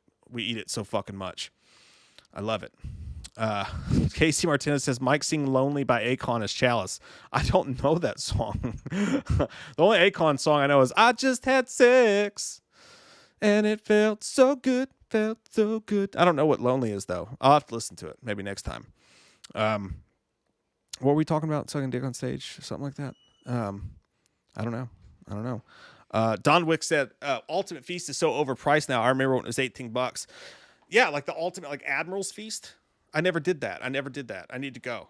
Only thing I remember about Red Lobster really is when I was a kid there, we went and I was like looking at the menu. I was with my parents. I was real young and I was like, lobster pizza with lobster on it. I've never had lobster before. I'm not going to order a $35 lobster. I'll have the lobster pizza. It was fucking gross. And then the only reason I even remember this memory is because I had to poop halfway through the meal. And I went to the bathroom to poop at the Red Lobster. And my dad did this thing as your parents would do when you were real young. And I know it was just because my mom told him to. But like if you spent too long pooping, like your dad would just come in and open the door and be like, son, you okay in there? You just be like, yeah, Dad. So, yeah, that was just a couple weeks ago at Easter. That happened. No, but yeah, I don't know why I remember my dad checking on me when I had constipation at a Red Lobster, but enjoyed that story. I hope you enjoyed it a lot. Anthony Stamps says, hey, Mike, have you seen Film Theory's video on the Snyder Cut? He suggests that both it and the Whedon Cut are canon. I saw that someone reacted to it. I meant to watch it, and then I didn't, but we should watch it. Maybe even do a reaction to it. Who the fuck knows? What is crazy. It? Film Theory, that dude who does those awesome Film Theory videos, he did one on the Snyder Cut. And apparently it's dope as shit. Yeah, it's always weird though when I watch somebody else's like they're in in-depth review. It's embarrassing for us. Because I was like, why are you more talented than us, you son of a hoe? I don't like that. What's the deal with that shit? Hey, you got 2 super chats for you while you were gone. Mando Viking said, Jay, can I get some Dr. Loomis in the house? For Mando Viking. I did that. Oh, yep. Sweet titties on Mountain's potato sack. And then Shape in the Shadow says, sup, Jay, can I get a shout out from Slenderman for Shape in the Shadows? Yeah, me again going to come back. I think me talked to Shape in the Shadows before. Me has told you once, a long time ago, you need to come out of the shadow, Shape. Okay, look, it's all right. Okay, don't be afraid. Don't hide in the shadows. Don't run around like you a Babadook. Don't you do that now, Shape in the Shadows. You come outside. You say, hello, me, Shape in the Shadows. How are you today? Do you want to go to the farmer's market? And then they might say, yes, me would like to go to the farmer's market because we need some cucumbers. And then you was like, yes, me want some cucumbers as well. They is fresh and ripe as well. And then you say, would you like to be me friends and go to the park one day and play on the swing set? And they might say, yes, me will enjoy to go on the swing set with you, Shape in the Shadow. So we hope you're doing well in this eve. You keep it up. You fat the good fat. Bad Shape in the Shadow. Bad. He also said, Shape of the Shadow says, sup, Mike, Nikki wants a shout out from Dr. Chalice. I feel like this is like they felt bad for super chatting you while you were gone. But that's fine. That's fine. We'll take it. I got to get into character as a drunk doctor. I would leave the glasses on. I don't think Dr. Chalice would wear glasses. I thought he wore. No, I don't wear think glasses. he did. Yeah, No, I he don't didn't. know. Yeah, we'll do it. We'll try it. Because that's not any good anyways. So, Nikki, I've got some. I got a new prescription because I've been accidentally hitting on a lot of men lately. So this way I can see you in all of your wonderful curves. I'm a doctor. I got a lot of things going on. I'm very busy, far too busy to tell if it's a woman or a man. But you're a lovely looking lady. And I just want to say hello. And I hope you're having a great Wednesday. I had a good Monday until Linda showed up at the office talking about my secretary. She's found a videotape. I don't know. It's got nothing to do with me. Those were Speedos that she found on my kitchen table. They weren't panties. They weren't my secretary's panties. I would love to have a hot dog sometime. If you'd love to, Dude, every time you do it, I swear to God, I'm listening to a guy that's under heat from an FBI investigation in an interrogation room, and he's like stumbling over his words. They're like, "We found panties at the crime scene, sir, and it matches you. Like, it matches your DNA. Are they yours? No, I don't wear panties. That's for ladies." I had to keep that with like semi PG too because I saw Memphis in my periph just like walking around. I was like, oh, how do I swing this? Dr. Chalice can't not be sexual. But she walked away at the last second, so it was all good. We made it happen. Gypsy Warrior says, Slenderman, sing some Kenny Rogers, please. Yes. What's a Kenny Rogers one? You gotta know when to hold 'em, know when to run. Better count your blessings. Shit, I don't know any Kenny. I don't listen to Kenny Rogers, so it's really hard. It was in the trailer for Army of the Dead. I don't know that one. How about this one? I'll just do this. I'm sorry, I don't know Kenny Rogers. It's a little sad, but fine. Me went skydiving, me went Rocky Mountain climbing, me went 2.7 seconds on the boo-man cheese, and me lived deeper, and they spoke sweeter, and they gave forgiveness, me been denying. I'm kind of into it. That's all I'm sorry. I'll have to look up Kenny Rogers. I really don't. Did he do chicken too? Wasn't there Kenny Rogers chicken? Kenny Rogers. Yeah, no, that was that. I think that was Kenny Rogers Boston Market Chicken or something like that. I thought Kenny Rogers was a chicken joint. Paul Stone, thanks, buddy. He says, "Hey, Mike and Jay, you guys are the best. Mike, what is your new tattoo on your arm? Jay, when are you getting your tattoo? Which one? I've gotten a couple over the past few months. I think it's probably this one you're talking about. This is the Death of Superman cover. Turn it. It's hard to like get it to show up right, but it's the cover of Death of Superman. The guy did a really badass job on it. I really like it a lot in my loins. But I would love to fucking go with Jay to get a tattoo. I hope it happens one day. I'm not interested in it, man. There was a moment where you thought about it. Yeah, but that was we were drunk as fuck. We were all talking about going and get a thorn tattoo, and then I realized like the next day, I was like, "There's not enough alcohol in the world right now." I mean, I don't know. I thought I would never be able to sit through it, but getting a proton pack tattooed on my back. But I'm never gonna do that. I don't know. Maybe fucking proton back, like the whole thing. Yeah, I'm just gonna go deep. No, I don't know. Yeah. I don't know. Maybe one day, eventually, I'll get like a Wham skull tattoo. I've seen some of you guys on the fan page on Facebook have shown your guys's cool ass skull tattoos, and those they look badass. So maybe I don't know. Maybe I'll do something like that. Yeah, we'll have to get you a tattoo of something, man. I still need to get a Wham tattoo, like the official like old school logo somewhere. That may be the next one. Really, ones like Jay, Phil, and peer pressure. That literally. They're like everybody, like it was Mike, his wife Katie, April, and they're all like, "Let's go get it." I'm like, "Come on, it'll be fun, man." And Mike's like, "Dude, I'll go with you, man. We'll drink, we'll get drunk first, and then you'll go in there and get it. It's gonna be over before you know it. You'll love it. You'll get addicted to it." I'm like, "It sounds like you want me to do drugs, and I'm not into it. Leave me alone. I gotta go home and study for the exam." My next tattoo is supposed to be Rocky. It's like a black and white, like Rocky doing this in the park with like the snow and shit. I don't know. I might just do the Wham one instead. I don't know. We'll see. I'm nervous about the pain, dude. And needles fucking freak me out. Like they really do. And I thought they weren't even allowed to like do the tattoos on you if you're like super drunk. Like if you're super intoxicated. You're not supposed to drink when you get the tattoos because it thins your blood and you bleed more during the tattoo. But let me tell you this, with the exception of my very first tattoo, I've been drunk for every single tattoo I've gotten. And not like shit face wasted, but just like a couple beers beforehand and then go because it takes the edge off and you don't even give a fuck till like you're 2 hours in and then the beer wears off and you're like, oh fuck, what are we gonna do? My mom's gonna be so mad at me. Because I mean, I'd walk in, I'd be like having that shit hard lined into my veins from a fucking bag, like with alcohol, and they'd be like, oh, this guy's blood is just like there's no way. I only had an issue one time, dude. The dude that did my Alkaline Trio tattoo, he was fucking terrible, but he was like, man, you're a bleeder, aren't you? I was like, yep, I didn't drink anything at all, though, I promise. They don't give a shit. They know, like they fucking know. And then I've never been questioned or asked, or they never said a single thing. And I don't even fucking put in a breath mint. Maybe I'll get one. Honestly, I mean, I'm jealous of everybody that's got them. I really do. I've never had a tattoo in my life, and I've never had a piercing. I feel like I missed out on. I mean, I got a pair of Jinkos once. I was hard.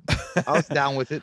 I guess that's the closest I ever rubbed shoulders with that. That's Jinkos. I hate fucking needles, dude. I hate them. I hate getting shots worse than anything in life. Getting a tattoo is not like a needle at all. It's like it's just a buzz. It's like dude, I pass out because the fact that I know that he's still on my skin, it's like a bumblebee that won't go away, and it's going. Oh god! And then I'll be thinking about it, and then I'll slip out. I'll slip out of this world. Most of the time, I honestly enjoy it. I know that's a fucked up thing to say. The Superman one I did not enjoy. I felt sick, and I was like, it took 7 hours, and I was not having a good time. But like the small ones, like this one, it's just an outline. It took like 25 minutes to do, and I just enjoyed it. It's like I don't know, it just feels like you're doing something fun. I was gonna. This is the worst idea. I was gonna get a tattoo once to fuck with my brother because my brother's Cody's got a nautical star on his and it's red. I was gonna get a blue one. Just so that you're like, hey, dude, we're like double dragons. I've got the blue one and you've got the red one. That would be fucking hilarious, too. But that's the worst. That's the worst reason to get a tattoo, just to fuck around with your brother. And then it's like, oh yeah, shit, that's on my body permanently, and I didn't even want it. Yeah, dude. All right, let's talk about the news real quick before we run out of time. Scream happened. Scream. It does happen. Scream. It does happen. Yeah. I just always think of the Scream 2 soundtrack. Hey, you did the exact same the sound I do when I have an orgasm. That's exactly the same sound. Ah! And then it's like, ah, I came. I just came. Ah! Yeah, I've seen it. I know. I know. You've been witness to it. Yeah, many times. But no, so this is it's a Bloody Disgusting exclusive. What's going to start the news off for the Scream movie. And this leads into this article. Reading it gave me a fucking theory that I really think may pay off, my friends. But we'll get into that in just a second. But here's what the news story was. Bloody Disgusting says that, let's see. Let's get right into the meat. Yeah.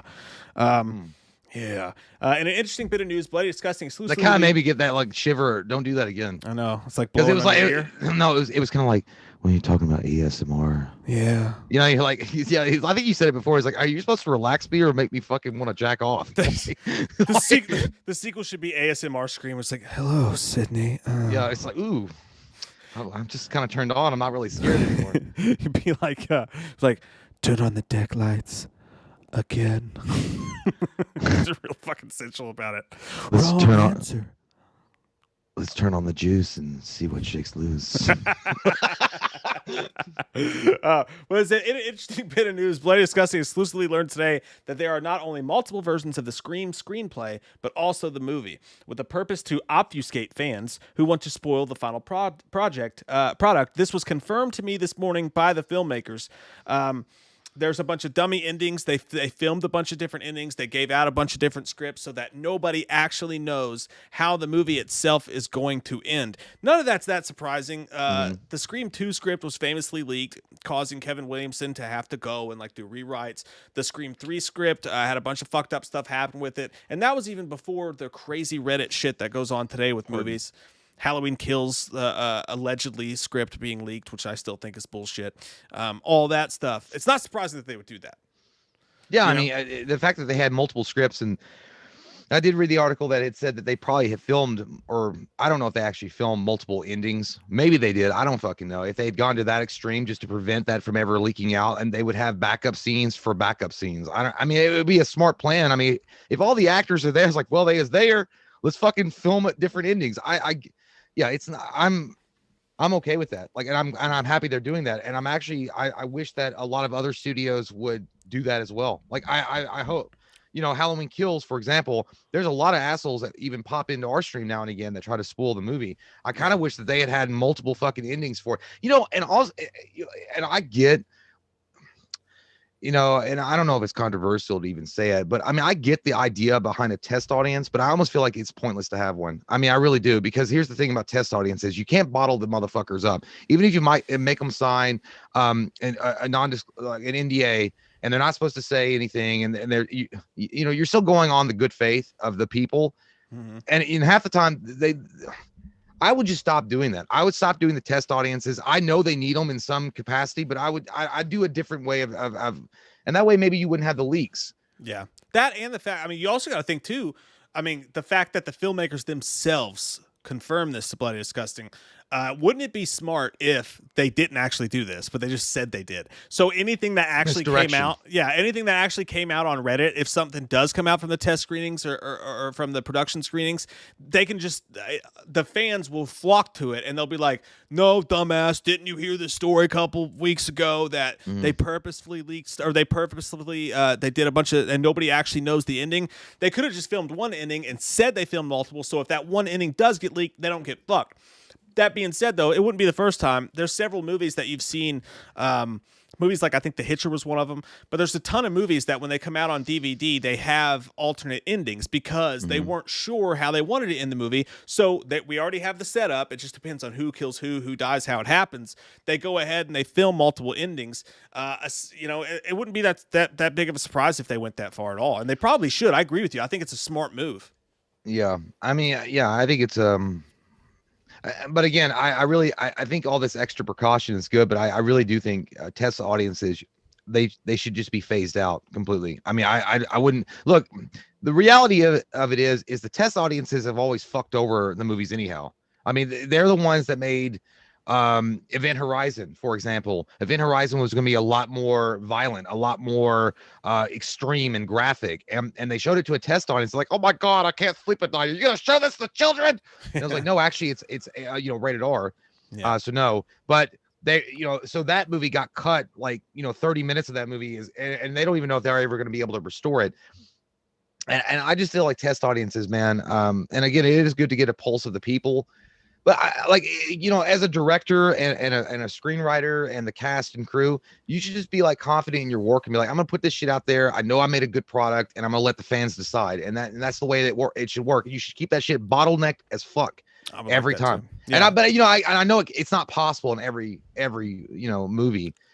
Stuff like Marvel, MCU, or DC or something like that.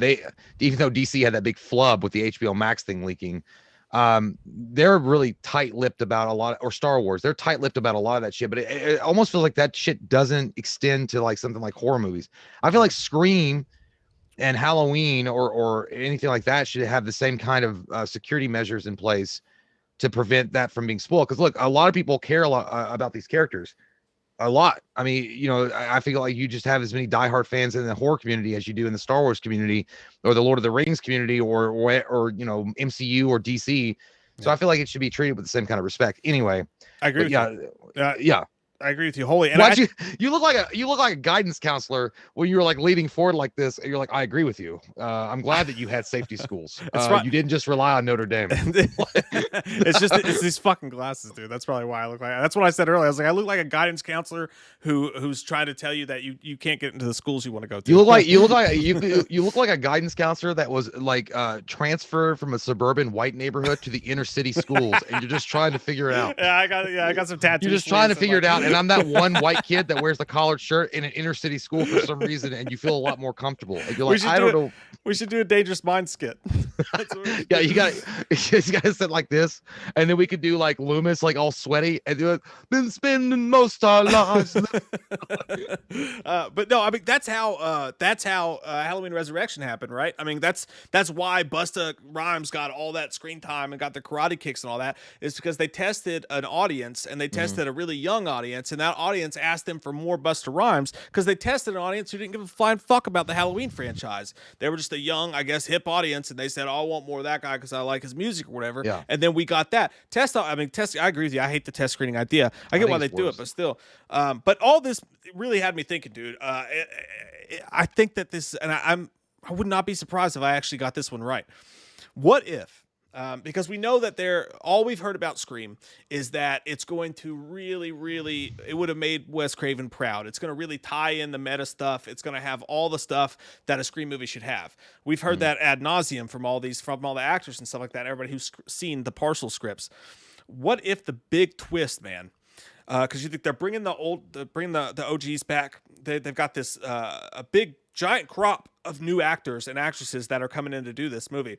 What if the meta angle is this? What if the Scream directors and producers are purposefully leaking information like this? Like you saw in the article that they confirmed this with the filmmakers themselves, which isn't that crazy or anything. I'm just saying. What if they purposefully leak stuff on Reddit? They go out and they leak, this is the killer on Reddit. This is from this script on Reddit. They tell different avenues this. They become their own little news stories that gets covered. And then they use that in the movie. What if the person who's the killer is actually killing the people who are making Scream 5 or Scream? They use the Twitter clippings. They use the news clippings. They put them in the movie that you're sitting there watching. And you're watching a killer kill the cast of the movie you're watching. So they really go full on fucking meta. And then the killer wants to do the movie perfectly because maybe he's a crazed fan or he wants to fulfill, whatever. What if the killer purposefully is trying to follow the script of the movie and he's going off of spoilers and he's trying to do the steps of the movie that they had originally written? He's killing off the cast members, whatnot, while they're there. And because there's multiple scripts, there's multiple stuff going on, he doesn't actually know who to kill. And they like really tie that whole fucking thing in. And then you're sitting in the theater watching that movie. And what if the final scene, now this is an extra stretch of my theory, but what if the final scene takes place at the premiere of Scream 5? Just like the Scream 2 kill happened. You know what I'm saying? I know this is a lot. This is kind of crazy and out there. I just think it would be really cool if they leaked stuff on purpose and then used the stuff they leaked in the movie and had the killer trying to follow Reddit links and spoilers to kill the people in the movie. It's the ultimate meta tie-in. Well, I'm thinking, what if you did? What if you lied? What if? I like it a lot, but it kind of screams similar to Scream 3. They killed off the cast and crew in Scream 3. I mean, that was the whole idea. It was of the killer, not Scream. But I mean, it's kind of playing on that. I like the idea. The idea, it's trying to make it meta and make it's the guerrilla marketing that worked for Blair Witch Project when it first came out in the 90s, using the internet as a resource to market your movie. And that'd be awesome if they were going to tie that into, the idea of marketing the movie and like having a killer that's actually a fan that's watching this, the reviews and the constant updates on the Scream news be the actual killer. And then he's killing the Reddit users and the 4chan users and all the other motherfuckers that are leaking anything and the Twitter. That's cool. I like it. But I think that you're right. I think that honestly, I think that they're probably just leaking this shit to fucking throw people off because they're saying, oh, we filmed all these different, they probably have one script. They've written it. They might have a backup contingency to it, and that's about it. Well, I think that the rumors that they had three scripts at least going on. But here's what I'm saying though, like, and I feel like I explained it poorly, but like what I'm saying is it doesn't have to go as far as I said it. But I mean, think about what Scream does. It talks about horror at that moment. Like, you know what I mean? Like the scary movies did. They make fun of the movies that are going on at that moment. What if in this they really used the fact that that all movies are spoiled online, that there's nothing that goes unknown before the movie comes out, that everything gets leaked, and in some capacity they use that in the plot for their movie. Yeah, no, I'd be down with that. I mean, again, like the idea behind Scream is to make it, you got to make it meta again. You got to make it where it matters. And also, then you've got Neve Campbell, David Arquette, Courtney Yeah. Cox playing themselves. They're not playing Dewey, Gale, and Yeah. all them. They're playing themselves in the movie. So And it's really not even a sequel. Yeah, and this is also the first time they're out there without Wes Craven. So this is like in a lot of ways, this is their freshman year in making the movie. I mean, because they don't have, you know, the badass Wes Craven to even oversee anything anymore. So yeah, I mean, I think they're gonna do something really weird and twisty the nipples for the ending.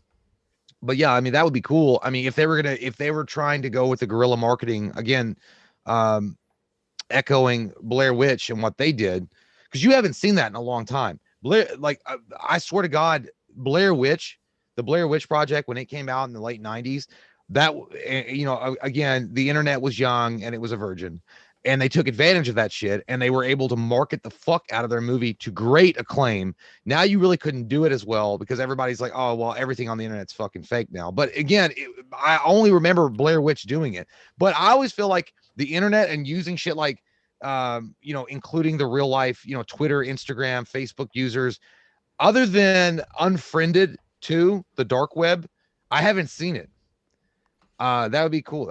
I'm down with that if they did that. Yeah, and then like, you know, at the same time, I just think it would say like every single Scream movie that was good said something about horror at that moment, and I feel like that would be a really easy tie-in to do it. And I'm not saying they're going to do it everything in the capacity exactly like I feel said, like I feel like Scream is in a really precarious position. Mm-hmm. I didn't like Scream. I mean, Scream 3 sucked big old fucking taint sacks from camels in the Sahara Desert for sure. I didn't like Scream 4 at all. I know you did. I just didn't like Scream 4. The follow-up for me, I think it's got to be, it's one of those, it's got to be a good balance, man. And again, you're without Wes Craven completely. So you've got to come out and in my opinion, you've got to knock this motherfucker out of the park. You got to do some kind of Sammy Sosa with steroids and knock this shit into Brooklyn from Texas. It's got to be something amazing. And if it's not, and if it's mediocre and it comes out and it kind of smells like, you know, leftover duty streaks, I think Scream is dead. I think after that, I think that if you don't, here's the thing, Halloween, okay. And I know because some people are like, well, you know, what about Halloween? What about Friday the 13th? The thing about Halloween, Friday the 13th, Nightmare on Elm Street, films like those, they get a lot more of a hard pass on what they're allowed to do and the creative freedoms they're allowed to, you know, play in versus something like Scream. The reason why Scream, the first one, was so amazing and the reason why people so remember it fondly and it's legendary is because it was the first movie that made fun of the tropes of all the horror, didn't make fun of it, but parodied it in some capacity, right? So it became meta, and that was cool, and it was the first time it had ever been done. But once you play that tune out, it's real hard to repeat that. Like, it's real hard to, you know, it's like, look, you want to come out sounding fucking badass, but you might come out sounding like Puddle of Mud doing the acoustic. But at the same time, the other thing about the Scream when it came out, the way it changed the genre, and I remember people saying this at the time because you had your Freddys, Michaels, and Jasons, but Scream to people was like, this could happen. This could happen. Like, this could be a high school kid who went crazy and started killing his fellow high school members. This is a film that could happen, which was what makes it so scary, especially since a lot of high schoolers are left at home by themselves doing to their own devices. But what I'm thinking is this, dude. I'm thinking, how fucking wild would it be if they planted a story that was a spoiler about Scream, and then you're watching the movie, and then you actually see that spoiler, that article in the movie, and it plays off of that. And in this, it could really happen too, because what if someone is so fucking crazed on Reddit or whatever that's like, they can't get it right, they have no original ideas, remake, blah blah blah. I'm gonna fucking make the Scream that should have been. I'm gonna make the Scream I wanted to see, but I'm gonna actually make it in real life because they're a fucking crazy. I think that'd be, I'd love it, and I'd love it also, and because, you know, look, and I don't want to, because I mean, we haven't seen the movie, I don't know anything about what they're gonna do or anything like that, but I kind of have a feeling like if I'm thinking about twisting, you know, your wiener a little bit, and what I'm gonna do as far as my shock ending. You throw David Arquette in there as your killer. It's basic as fucking fudge sickles. I mean, it's, you know, oh, David Arquette's the killer. Whoa. Courtney Cox is the killer. Whoa. Nev Campbell's the killer. I feel like it's going to be one of the three options. I really do. And I'm not trying to say that they're not original anymore, but I feel like that's just the way it's going to go. And I think it's a way for them to get out of the original cast in that way, because it is kind of cool and it makes sense completely. If Courtney Cox, Nev Campbell, or David Arquette, because they're playing themselves in the movie, and it kind of relates back to your idea, and they take it upon themselves. Actually, David Arquette would be perfect. David Arquette hasn't really had much of a movie career since Scream. I mean, he really hasn't. I mean, he's kind of been on the outs for a long time. And if David Arquette got in the movie, got fucked up and crazy, he's like, I'll just become the Ghostface killer. And then he starts going out and killing his old castmates. That's the fucking twist ending right there. Like the ending will end with David Arquette being revealed as the killer. And you never would have thought it. But I feel like that, and I don't want him to go that, because I feel like if you go that route, you can see that motherfucker coming from a mile away, like when you marry a slut and you know alimony's coming. I think you should not go that way. Your route's better, but I don't think that you've got a lot of the creativity is probably not going to be the same. I don't know. And the whole Matthew Lillard angle, bringing him back and having him be like fucking Jigsaw from The Punisher, and he's running shit from the goddamn jail. I don't, dude. It's an eye roll to me, because I mean at this point it's not even like that's predictable. But think about this, dude. When I'm talking about them purposefully leaking stuff, they put out a picture of the writer Kevin Williamson with his arms around two people standing literally in front of Stu's house. And they put that out themselves on purpose, standing in front of clearly what Stu Macher's fucking house, right? Yeah. So how do you tie that into the movie? What does Stu's house have to do with the movie? And if you did do that angle that I'm talking about, if you do make it to where Courtney Cox is Courtney Cox, so on and so forth. Yeah. They're just actors. You could have Matthew Lillard back in the movie. And remember that article we saw a while back where Matthew Lillard was like, I think Stu could still be alive. Just as well as Dewey could be the fucking killer. Yeah. What if the killer was Matthew Lillard because he wanted to be in the fucking movie? That would be, I'd agree. That'd be the only way Matthew Lillard would get back in as the role of the killer, if he actually, as Matthew Lillard, became Ghostface. But again, you know, it screams American Horror Story fucking cop out bull. I just don't like it. I don't know why I don't like it. Anything if done right, anything if done really smart, and these two directors, man, the Radio Silence guys, they've proven to be fucking sharp, witty, and really smart with their takes. They haven't made a fucking misstep yet. So, on one hand, if I hear something like that, if I hear Dewey's the killer, fuck that. Nev's the killer, fuck that. Matthew Lillard's the killer as himself, Matthew Lillard. Oh my God, double fuck that. At the same time, though, these guys are really fucking witty and they're really fucking smart. And if they could do it in a way that works, that really blows people's minds. You know what I would do? I'd make the fucking director the killer. Fuck it. I don't know. Scream 3, right? I mean, that's what happened. Was it the director? I think Wes Craven was the director. Well, he was the director of the movie, but the director of Stab 3 was the killer. You know what the worst pressure is about Scream is the fact that if you're directing that movie or you're writing that movie at all, that you have to be meta. That has to be the worst fucking feeling ever, trying to put pen to paper and figure out how to make that shit relevant again and how to keep it alive. When a lot of people will tell you Scream 2 was probably the pinnacle of it and you need to let it go, you're not going to get back to the basics. I hope and I pray that they're going to get back there. But I'm telling you, if this motherfucker stinks like a turd in an outhouse with construction workers, Scream's dead. Like, I think after that, like Scream will be a Saw. Like it'll be like just, but I'm hoping wrong. We'll have to wait for a trailer or something when it comes out. But I think you're right. I think what they're going to do is I think you're right, man. I think they're going to use Matthew Lillard coming back as Matthew Lillard. And he's going to be the killer. And also, wouldn't you know it, they'll get Skeet Ulrich to come in, and Skeet Ulrich will be like, my buddy Matthew Lillard. I haven't had work since Jericho, and I'll be a killer too. I don't think that they'll make them the killer, but I do think if they did a weird edge where those actors are just actors, maybe that's why they couldn't call it Scream 5. Maybe that's why they had to call it Scream. Those actors are playing themselves, then they have a whole world to work with there. You know what would be crazy is.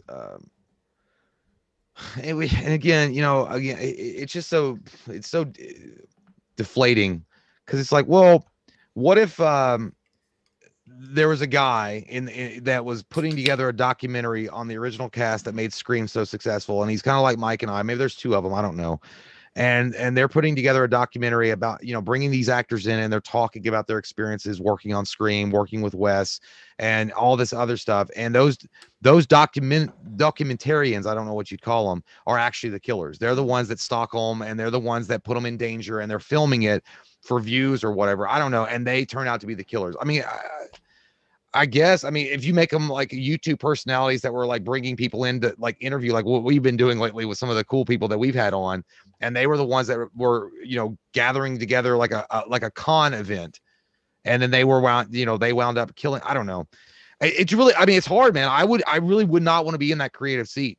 Yeah. Like I would take on fucking Chucky. I would take on a Yeah. Chucky fucking reboot And- than having to do Scream, because that shit is M. Night Shyamalan mama times 50, because you got to not only make it twisty, you got to make it meta. And the good news about it is that they had the script written before. I think that they had the script mostly written before they got the project. I think they had the idea for it down. So they came, I could be wrong about this, but the way I remember it is that they had the idea for it before they were hired for it. So it's not like someone hired them and said, hey, figure out how to make Scream work because the studio wants it. I think these guys had success with the movies they've been doing, and they came to them with an idea and they liked it, so they greenlit it. If that's the case, it's a whole lot more organic, and it's probably for the best. And look, I mean, they've kept a lot of it under wraps for a while. I mean, the whole thing with Lillard, the fact that we're even talking about hypotheticals with him, I mean, they've done good. I mean, keeping a lid on his involvement in it, so we don't know. Yeah. But I swear to God, if it's something as simple as Lillard is the killer as himself, and then you get Skeet Ulrich in there, and that's like the whole, we're gonna go back to Scream 1, and it's gonna complete the circuit. And then Nev Campbell fights them as Nev Campbell for whatever I mean, I don't know. And then they kill her, they kill him, and I think they're going to move to this new cast. I think whatever happens with the original characters, they're going to try to push into the direction of this new cast, because this new cast is apparently, they're really tight together. They're a bunch of young, up-and-coming actors. I think they want to push in the direction of them. I think this might be the last time we see the OG actors, which tells me that maybe they have to die. And if they have to die, or maybe they're just actually actors, and maybe these people save them. I don't fucking know. It's going to be wild, but it's exciting. So I mean, the end of the day, the news was there's multiple different scripts apparently. I mean, that's what they've been working on to keep bastard spoilers or people that love to spoil movies for everybody else out of the loop. But we'll see. Good on them. That's awesome, and we'll see how that works out for them. Because that Scream 2 thing that happened, oh my God, I'd be so fucking pissed, dude. I'd quit. I'd be like, I quit this fucking shitty company. Yeah, it's that. I think that's the two stories. I think the story is that, and I think my hardcore opinion is that they are going to somehow use that piece of news. I feel like that piece of news is somehow going to actually play into the film itself and the spoilers and all that stuff. But we'll see what happens. But that's the stuff. I really gotta pee though. Yes, enjoy it. Let it flow I from your body like Klippenstein, Kloppenhoven, Hagen Ho. Go pee. Enjoy it. I'll be right back. Ooh. Yeah, dude, I swear to God, that's one more thing I'm gonna leave on before I go wee. If they do some kind of corny ass shit like that, if Matthew Lillard is the actual killer in the flick, and he says some corny ass shit like that right before he gets shot, you won't. I will roll my eyes so hard that if I'm watching it in the theater with a group, they will all die from the sarcastic eye roll. Real quick before you go though, how much faith do you have in this movie? I think you don't have very much faith. It's gonna be good. Mm-mm. You don't think it's gonna be good? Look, man, Scream is an interesting beast. For me, I like Scream 1, but I didn't like it as much as everybody else did. I think it's a great movie, and I understand why it's popular, and I understand why people love it so much. But I never really understood, the fanaticism about it as a lot of other people. I don't know. I mean, I've always been a Michael Myers, Freddy Krueger, Jason guy, and I get that fanaticism, even Pinhead. The Scream thing, when Scream came out, the first one, I thought it was a fucking awesome movie. It was solid. It had a great soundtrack. It was on its game, man. It was like goddamn Nirvana coming in the first time and destroying, hair metal bands in the 80s. That's what it was. And it was great. And I understood what it was. But then when you make sequels to it, I get the sequel. I liked it okay. But then after that, I felt like the story had played out. Like, I feel like that once the revelation of that movie had occurred, you got really nowhere to go. I mean, you could just keep repeating the same stories, but you have to keep being meta. Like, unfortunately, poor M. Night Shyamalan has to have a twist ending in every fucking movie he does. Yeah. It's almost like you wrote yourself in a corner in certain aspects. My faith for the movie, look, Scream 3 sucked big fucking fat elephantitis balls, and I did not like Scream 4 at all. The studio going into Scream 5, I hope they do better, and I hope that they have a good idea for it. And if their idea is to relaunch it, honestly, what I would, and it might have been a bigger controversy. Honestly, if you're gonna relaunch the motherfucker, they tried that on MTV. It was garbage. That was a garbage fucking show. I hated that fucking mask. You might as well just reboot the whole goddamn thing. Reboot the whole goddamn thing. Add Twitter, Instagram. Like I mentioned, Unfriended 2, Dark Web. Add some stuff into that, and just reboot the whole fucking series. Add, just recast Nev Campbell. Recast them all. Mm-hmm. So I'm probably sitting at 40% on faith if it's gonna be good or not. Yeah, I was sensing that coming from you. I was. But I don't hate Scream. No, I don't hate Scream. But I mean, I'm just saying, like, I'm looking at for what's coming out about it, and I think Scream 3 was pitiful. Scream 4 was a bad follow-up, and then we're going into Scream 5. And now it's not even called Scream 5, it's just Scream. Yeah.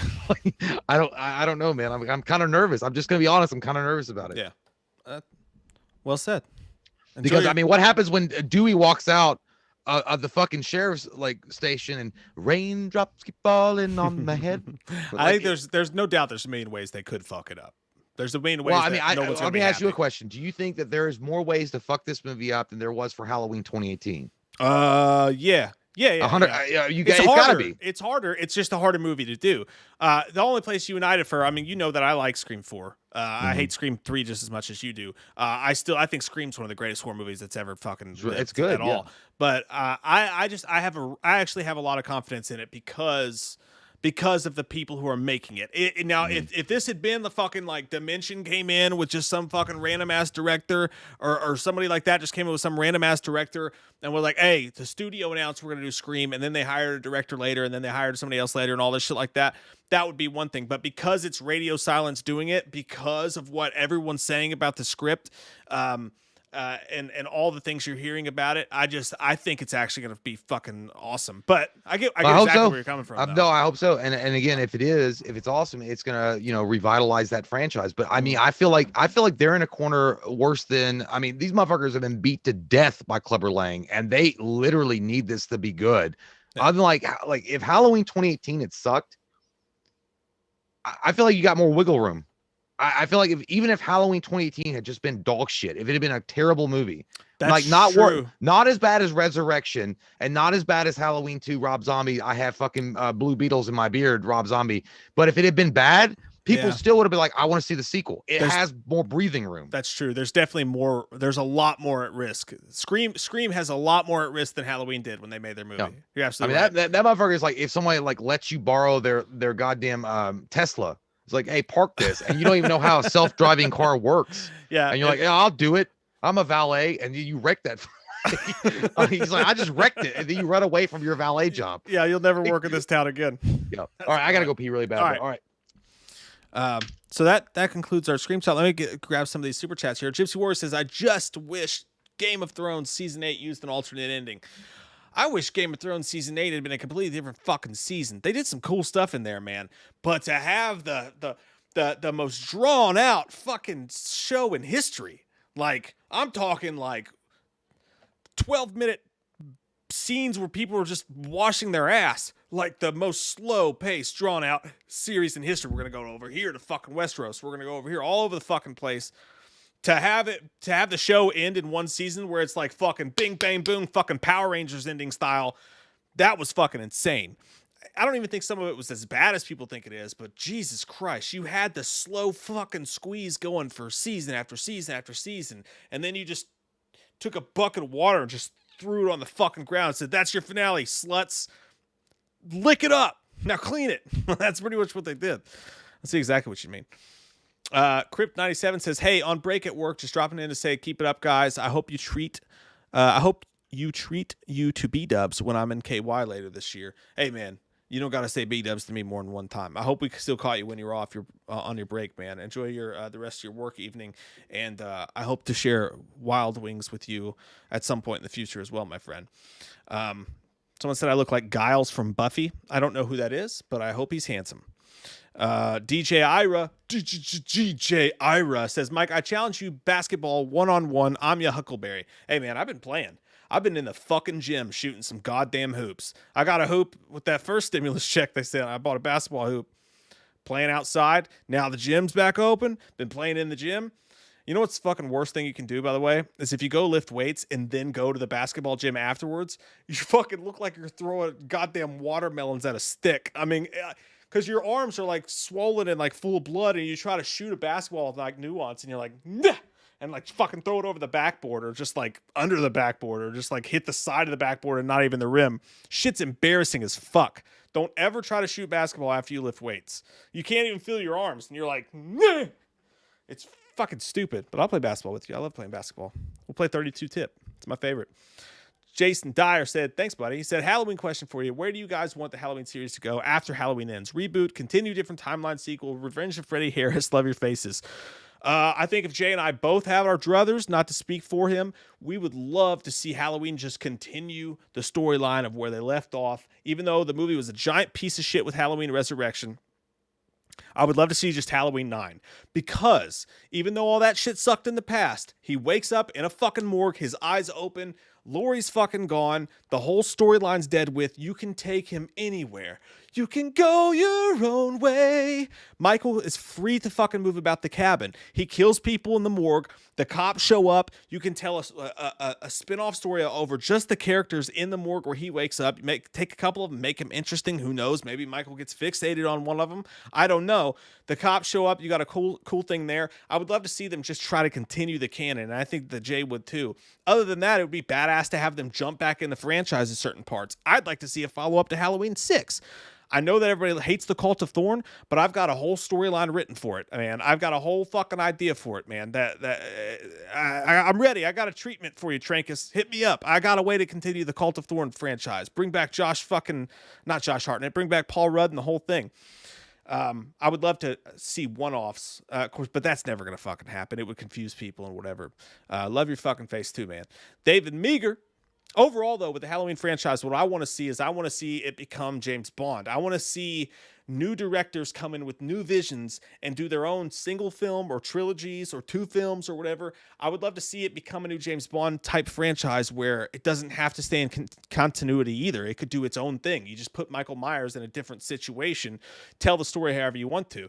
Continue movies. Is he already a known entity? If someone wants to redo it in a certain way, I'm not a fan of doing another remake, but still. David Meager says that would be an even better homage, talking about what we were talking about. My theory, he said, that would be an even better homage to Wes Craven because it would be like Wes Craven's New Scream. The idea had a very New Nightmare vibe. That's what I'm thinking too. New Nightmare was held back by the technology of its time. With this, if they New Nightmare Scream 5, you've got the internet to back up, to go off of. You've got the Star's posts. You've got the news stories that came out. You've got the Reddit posts. You could really create an environment to where the New Nightmare scenario for Scream feels like it's happening in your time while it's happening. We know everything about these actors now. We know everything about these people. It would be very easy to create a story around that, I feel like. So that's exactly right, David. That's exactly what I was thinking, brother. Boot, scoot, boogie. Oh. Did I breathe? Or did I just talk for like 8 minutes? Gypsy Warrior says Giles is the mentor of Buffy the Vampire Slayer. Oh, I know what you're talking about now. Okay. Yeah. Hey, he's handsome. I'll take that shit. What are you going to do? What are you going to fucking do? Tristan David said, or we can stop milking John Carpenter's original concept because it was brilliantly done in the first movie, and we can move on and explore movies with no concepts and characters. I agree with you in a sense. I still want Michael Myers. I don't want him chasing after fucking Laurie Strode anymore because that's been played out. But I think the character of Michael Myers, the essence of him, an unstoppable, unmovable force, the shape, is something that doesn't have to die just because it was done well once. I think you could take that character and put him in different situations, just not chasing a babysitter, because we've seen him chase a babysitter for fucking film after film after film. That's all I'm saying. Also, hey, baby cakes, you looking good over there. You want to take me to the Speedway later? Yeah, I'm gonna take you out there and get you some big league chew. Can you get me Mountain Dew too? I'll suck your dick. Yeah, I mean that's already in the books. I mean, damn. All right, I'll be right back, and then we'll review the Babadook. Yeah, I saw somebody say Jay passed out. What the fuck you talking? I just went out there to smoke me a little cigarettes, which you shouldn't do. Don't you ever do it unless you're 18 plus. Well, maybe it's 21 years old now. But anyway, yeah, it's weird, man. As far as the Scream thing goes, just not my thing. I love Scream 1, like I mentioned to Mike. I think it's a badass movie, and it's deservedly, it's deservedly given the recognition that it's given. And Scream 2 was okay, and I like Scream 2, and I had a good time with it. But after that, man, I just really just never got into the series as hardcore as I got into other series. Like my first series that I ever got into was Nightmare on Elm Street. I love that movie. I love the series, even the bad ones. I still like them. I mean, they're fucking terrible, but I mean, I don't know. But Scream was it's like buying a Creed album. Like, it's fucking awesome when you have the Creed album at the time that you buy it and you rock the shit out of it and you know all the lyrics and all the words, and then after a while it's just like, man, I'm kind of burned out on it a little bit. It's just my thing. Even Scott 999 says, I want to see a Chucky and Freddy Krueger crossover. I suppose. I mean, I guess. I mean, look, I mean, Nightmare on Elm Street is in dire need so badly of a fucking reboot. It's unbelievable. And I think that there's like so many great directors out there that could helm that. And I personally would grab Kevin Bacon to be my Freddy Krueger. I think he would be amazing in it and phenomenal. And I think that would actually be that would be the bee's knees if you got him. Chucky, I like the reboot. I didn't mind it. I mean, I thought it was going to be a cockroach and turds when I heard about it and what they were going to do with it, but it wasn't bad at all. Jeff Harris says, Jay, do you think Dr. Sleep is underrated? I don't know if it's underrated. I think it's amazing, dude. I think that Dr. Sleep, I think it got pretty good scores though. I think a lot of people did enjoy it for, it's not Stanley Kubrick's The Shining, but the way that they mixed, because, Stephen King wasn't a fan of Stanley Kubrick's The Shining, the way that they were able to bring balance to the force to Stanley Kubrick's The Shining and Stephen King's actual The Shining novel, and bring that into Dr. Sleep. I thought that was phenomenal. I thought it was great. I mean, underrated maybe. But I don't know. I love that movie though. I think Dr. Sleep is an incredible movie. I remember reading the book, and I think they did a really good. I think they did justice to the book. I mean, of course, you're not going to have like a 5-hour. If Stephen King writes, the way that he writes, his shit is so dragged out. Like, it's like he doesn't want to go around his wife or something. Like, he just stays in his attic writing and writing and writing and writing. Like, he just has to keep writing, and because otherwise he has to spend time with his wife. I mean, it's a joke, but yeah, his shit is dragged. Like, Stephen King is one of the most.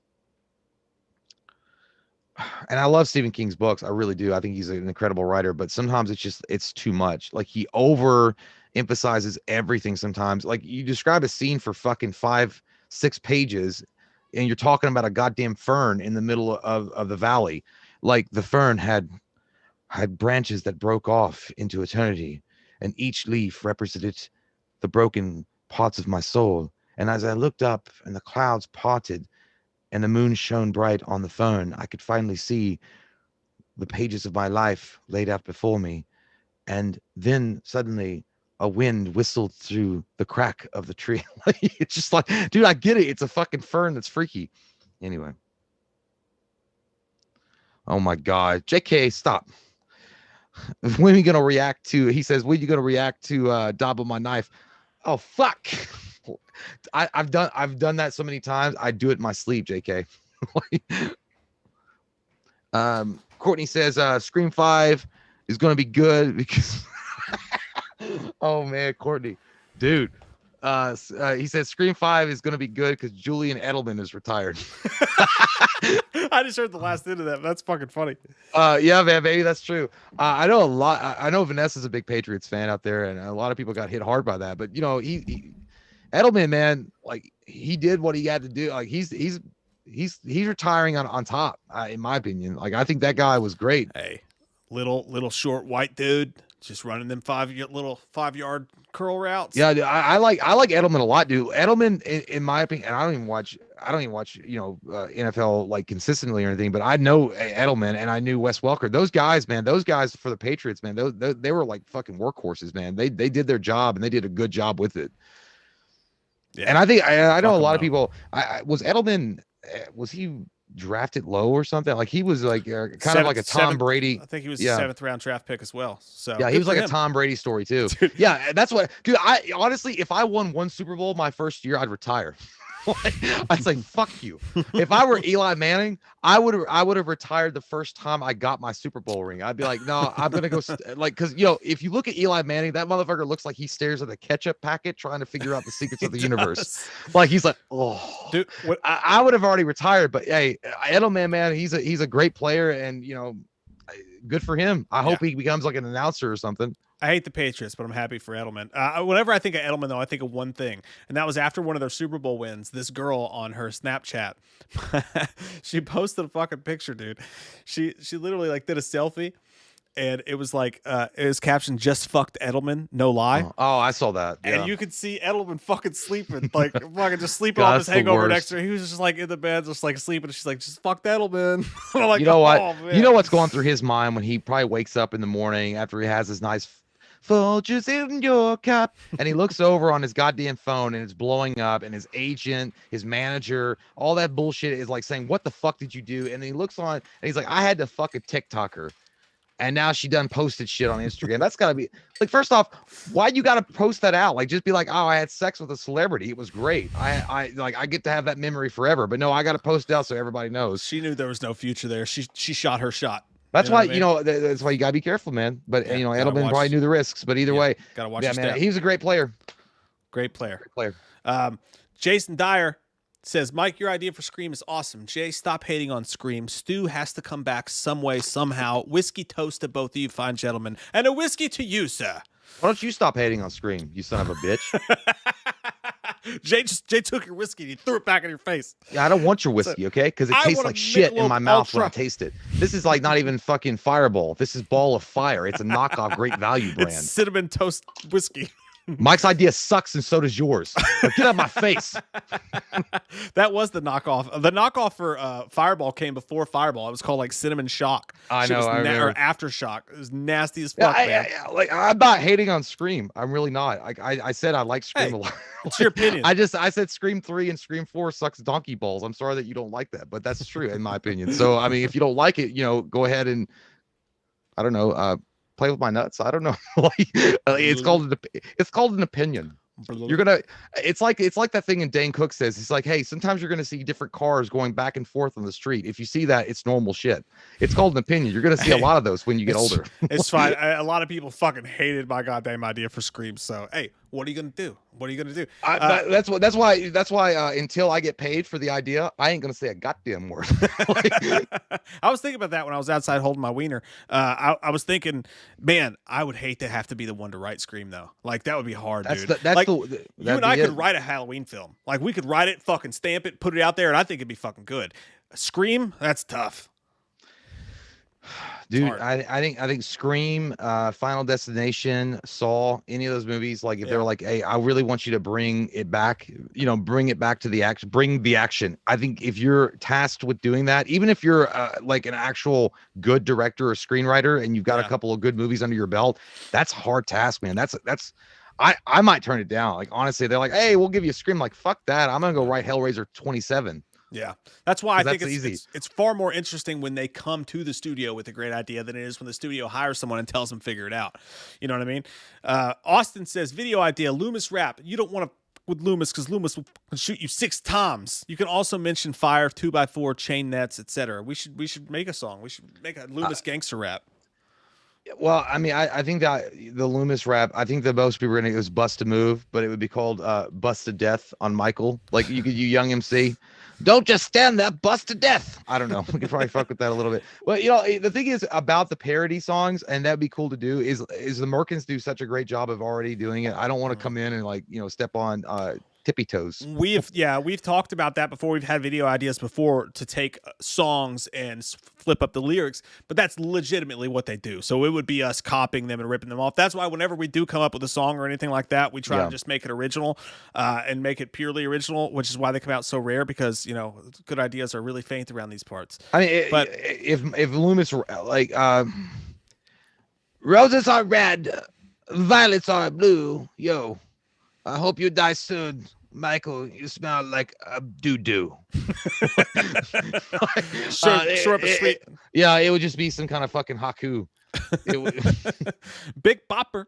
I love it, dude. He's got the fucking lawnmower man. Like, imitate Dr. Loomis at the end of Curse of Michael Myers when he's crying, screaming, and yelling. And do you like Chucky versus Jason? Do you like Chucky versus Jason Myers 2007? Chucky versus is that the Chucky versus Jason 07? Chucky versus Jason Myers. I don't know what that is. I don't. Is that on YouTube? I don't know what that is. I don't know what Chucky versus Jason Myers. I don't either. At the end, he's like, I thought Mike was a must, but you, he gets knocked out. No. I like that's all you hear. The poor Donald Pleasance, man. Oh, spot on, dude. Actually, that's all you hear. No. Yeah, dude. That movie, The Curse of Michael Myers, dude. What in a lot of ways we love that movie because we think it's the most vicious Michael's been in a long time. But what a wasted opportunity with Donald Pleasance. I really think that if you wrote that movie better, and I mean, he unfortunately did die during the filming of the movie, but nonetheless, I feel like I really wish that the guys that are making, David Gordon Green and those dudes were involved back then and given because Donald Pleasance loved that character, man. He loved the Halloween franchise more than or maybe not more, but the same as Akkad did. So it really is a shame, dude, that Donald Pleasance didn't get to live in the time where people took these horror sequels seriously and took them as art, because so much of the Halloween franchise, even though we love it, so much of it was slocked out by the Weinsteins and Dimension, and like Akkad was having to fight them for everything, and then you had Paul Freeman in there doing crazy shit. Like, had that happened today, Donald Pleasance would have got some really good, appropriate, meaty lines and some really good shit in it. Dude, I think that, and it really, I would love to have seen it. I think that Donald Pleasance would have been so blown away by the reaction and the resurgence of interest in the Halloween franchise that it's experienced lately. I think that he would be, because I mean that's what people that knew him, that worked with him on the set, they always talk about Donald Pleasance, that he loved that character and he loved Michael Myers. He loved the whole idea behind it. Yeah, it sucks, man. I really wish that Donald Pleasance, even if Donald Pleasance was, I wish he had that Betty White gene. I wish he was like 175,000 years old and he just refuses to die. Yeah. And he's like in the next Halloween. Can you imagine that? Like, how cool would that fucking be? He said he would do like 26 Halloweens if he could. Yeah. Which is fucking dope as shit. Richie Work said, you can't just retire. You're under a contract. That's not actually true. You can retire anytime you want to as an NFL player. You just don't get the follow-up years on your contract. Yeah, so true. Like, it's like what happened with Andrew Luck. He retired with the years left on his contract. You can't retire and then come back to another team until your contract with the previous team is up. But you can retire anytime you fucking want to. They can't come to your house and fucking sue you because you retired. You wouldn't be sued for breach of contract if you retire. Like all you're giving up, you're voiding the remainder of whatever they agreed to pay you. Yeah. So exactly. I mean, the shitty thing about that though is you got to look at it like this: if they signed you to a 7-year contract for $20 million and you retired at 5. You're not going to get that extra couple of million. That money is allotted on a year by year. They're like, okay, this year you get $6 million, next year you get $10 million, whatever. Mm-hmm. You just wouldn't get paid for that next year. That's all they would do. And then you wonder why you didn't join the MLB when there's no salary cap and you could get like $90 million while you shoot a steroid up your butt cheek. Thank fucking Christ that they have a salary cap in the NFL, because the fucking who's that guy Cowboys would just buy everyone, dude. Who's that dude for? Was it the Braves? That motherfucker signed. No, 70 million. Alex Rodriguez for the Yankees. Yeah, $70 million or over and over again. Yeah. Like, holy shit, that motherfucker could buy an island just dude. to play baseball. Holy shit, that's amazing. And wasn't he like a shortstop or something? Like, is that what he does? I think shortstop, third baseman, something like that. But yeah, he fucking. I don't know baseball at all. I was like, he can hit the ball real good. Like, yeah, but then he got suspended because he was on steroids for half of that shit. Well, here's the thing about the MLB, and I mean, I know we got to get to the Babadook and do that review, but the thing about the MLB that I never got is the fact that you're going to put a salary cap on the NFL, which I think is a lot more pressing on your body and what you've got to go through, to be a professional athlete in the NFL versus the baseball. I'm not saying that baseball is not it's not a pussy sport by any stretch of the imagination, because you could get like hit in the head or whatever. But the fact that you don't have a salary cap on those motherfuckers, and then when you don't have a salary cap, you raise the prices on the fans to come and buy tickets to their favorite team, instead of a ticket being like 30 or 40 or $50, now it's like 110. That's Fuck why that shit. That's why baseball's not as interesting as other sports, is because you've got the same 10 fucking teams who are good. Because like the Pittsburgh Pirates, for instance, they draft a guy, he ends up being a star. When his rookie contract's up, they have to trade him to the Yankees or whatever, because they can't afford the fucking money that it's going to cost to sign him. It's just it makes the sport not enough parity. But anyways, stupid. Gary Catlow says, I want to see Michelle on my side of the pond. Halloween, Michael fuck up London, LOL. Hey, yeah, Michael goes to London. You sound like you're from London. I don't even speak. It'd be interesting if Michael Myers fucking like pressed himself into an Amazon delivery package and got to fucking Britain, and he walked around and found himself in like Essex, and he was like, I'm going to kill this bitch that's eating crumpets in the morning. Michael would be but he'd be a polite killer at that point. He would just learn the culture, and he would be a very polite. Put him in the fucking castle and have him go after the queen or something. But Smith Grove fucks up so often, they'd probably accidentally stamp his fucking passport for London instead of sending him to whatever fucking place he was supposed to go. Troy Grubb says, I like your idea with Michael Myers after ends to do different things with Michael Myers. What would you think of as a one-off Michael Myers versus Freddy Krueger? We always say the same thing with this when it comes to the versus stuff. It's not something I wouldn't want to watch, but I think it would tank the franchise, because I think you have to save the versus stuff for when the franchise is played out. When nobody wants to see another Halloween Michael Myers or Nightmare on Elm Street Freddy Krueger straight up movie, then maybe you say, okay, let's do one last hurrah. Just to get some tickets, we'll put Michael versus Freddy. It's going to kill the franchise. It's over after that, at least for a long while. Yeah. Imagine, at the end of Avengers Endgame, when Tony Stark is looking over at Doctor Strange, and Doctor Strange goes, like, he does that one chance. That's when like Michael Myers is in the shitter. That if you do that, like, it's like, yeah, one chance. That's I'm not saying I wouldn't be intrigued. I really would. I would be like, holy fuck, what are we gonna get out of this? If it was Michael versus Jason or Michael versus Freddy or wherever the fuck. But you're right, and Mike said it. We talked about this several times. When that happens, when that occurs, it's fuck city for the franchise. Like they don't have any more ideas. They're not going to go anywhere else with it, and that's really what happened with Jason versus Freddy. I mean, they did a great job billing it. I mean, in 2003 when that came out, they did a great job billing it. They even had a weigh-in in Vegas. I mean, they were going all fucking out with it. Yeah, but it was so corny too. It was just like, oh well, we ran out of ideas, motherfucker. Yeah, let's put our best our biggest superstars against each other. Yeah, and then they had to reboot the whole thing for both of them. Intel Wild says, love your faces and tiny wangs. I love your face and the way your wang tastes. Shit. Wait, what? My wing is so tiny that it can only pee on my fingernail. Tastes like cinnamon. What happened there? It's Jason Dyer. Thanks, buddy. He says, we have to thank Donald Pleasance, because without him, the franchise would have died off a long time ago. I agree. He says, Jay, only drink Gentleman's Jack. LOL. I don't like Jack Daniels. It's too Tennessee mashy for me. It's too sour. I don't drink liquor. I can't do it. I'll pass the fuck out. No, I'll do it if I'm drunk, and I'll be like, hey, Mike, can you make me a drink? Yeah. Jay only drinks liquor if I make it for him. Yeah, it's one of those weird things. It's like me and Mike are like the Venom symbiote. Like, I'm Tom Hardy and he's my symbiote. It's like, the way I see it, we can do anything we want to. Exactly. That's about the only time I'll do it. But yeah, I Gentleman's take it Jack. as an honor. It's an honor for me to make your drink. Well, yeah, gentlemen, I don't even know what that is. Honestly, I'll be stupid and tell you. I know the name Gentleman's Jack. Is that's it's just a different though, right? version. Yeah, it's just an alternate Jack Daniels. That's all. Yeah. That's why I will never go to Puerto Rico by myself, because I won't know anything. It's like you should try this. Like you should try this Malibu crushed date rape drug. I'm like, what's that? It's like, yeah, I'm just gonna stick this in your drink. I'm like, I'll try it. Don't go bungee jumping in Mexico. They just don't have the regulations. Anthony Stamp says, since Crystal Lake is somewhere in New Jersey, do you think if Jason could talk, he would have a New Jersey accent? 100%. Wow, that is either that or Massachusetts or some shit. Yeah, I probably fucking would, man. Especially the way he went to fucking New York and just like kicked those dudes' boombox. I'm like, fuck your fucking boombox. You know what I mean? Like, I think he would have. I think you're dead on right, dude. I think you're right. I think he would be like, you killed my fucking mother. You killed my fucking mother. You chopped her fucking head off, and you thought that was okay. And then you fucking go to the lake and you have sex. Are you serious right now? Are you fucking serious?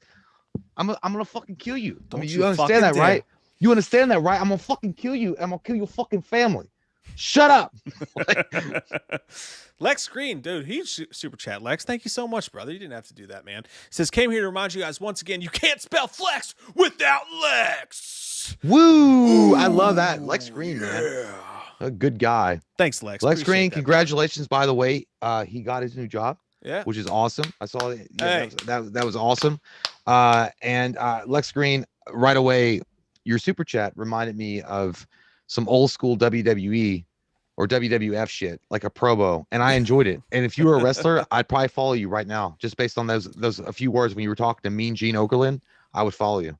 In that honor, and I swear to God, after I say this, we'll do the fucking Babadook review. But in Lex's honor, I do want to bring up something I was thinking the other day.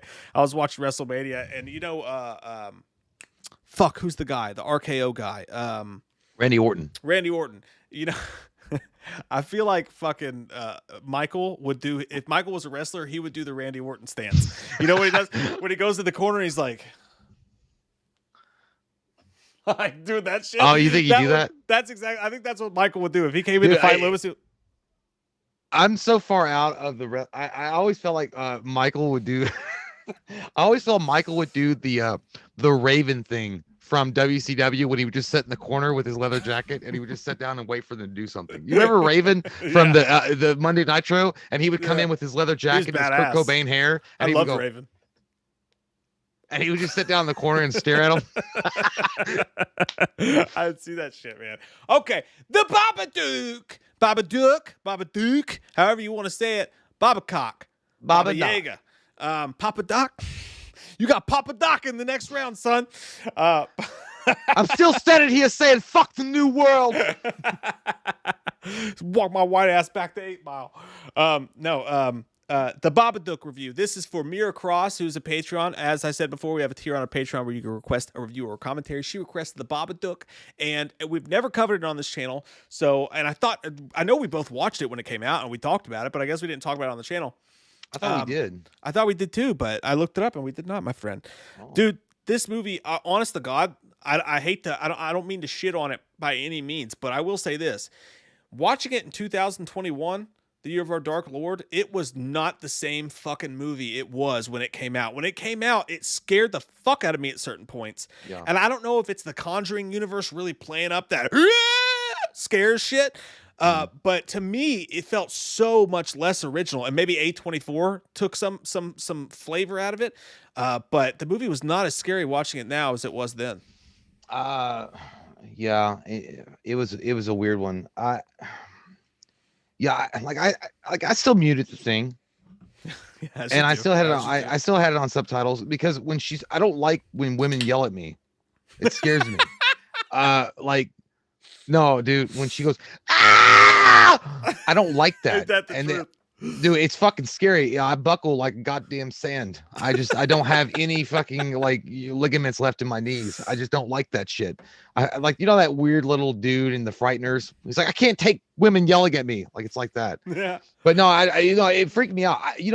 But watching it again, I guess what I missed about it the first time I watched it was because I even looked it up. I was like, what does the ending of the Babadook mean? Which I'm not going to spoil it. So fucking confusing. Well, no, I mean, I had my theories about it or my ideas, and I looked it up just to kind of, see if that was going, people on Reddit or whatever were thinking the same thing. And it kind of turns out it was true.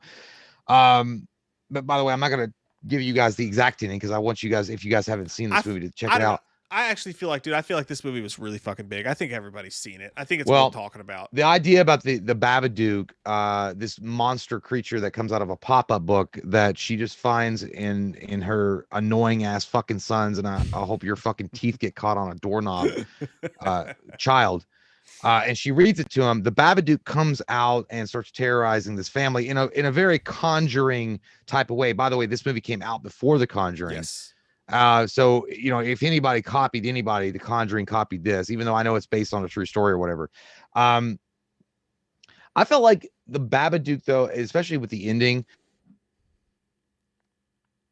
what it represented was the manifestation of the guilt and anger that the mother had for her son, that she didn't love her son, she didn't like her son, she hated her son, actually, in fact, because as they were going to the hospital, she lost her husband, and then the boy was born. And it was also the Babadook is also spawned from the boy's own feelings of negligence and that he's not loved. I mean, there's even a point in the movie where he was like, I know you never loved me because of what happened.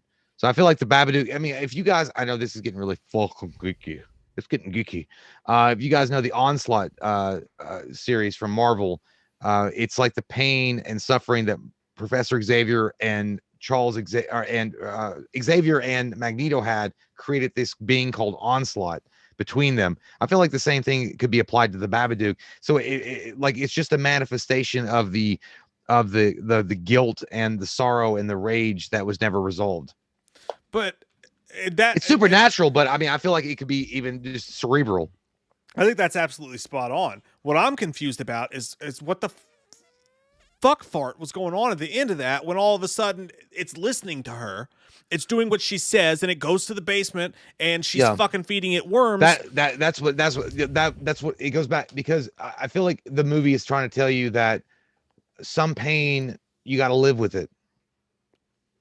I mean, some pain is really great, and some pain really hurts for a long ass time, and that you got to learn how to conquer your demons, and in some cases live with them. And I feel like that, again, it's not, because I know the movie was trying to poise itself as a supernatural thriller, which you can look at it that way easy, but I feel like it's also in a cerebral context, just saying that sometimes pain, you have to learn to live with it, and the pain and the guilt, and her accepting what happened with her husband, and then accepting and loving her child. Like, you're still going to have this guilt, but you got to learn to live with it. So the whole thing is like, okay, I see what you're saying. So in that essence, none of it ever actually happened. The entire thing's a metaphor. Yeah.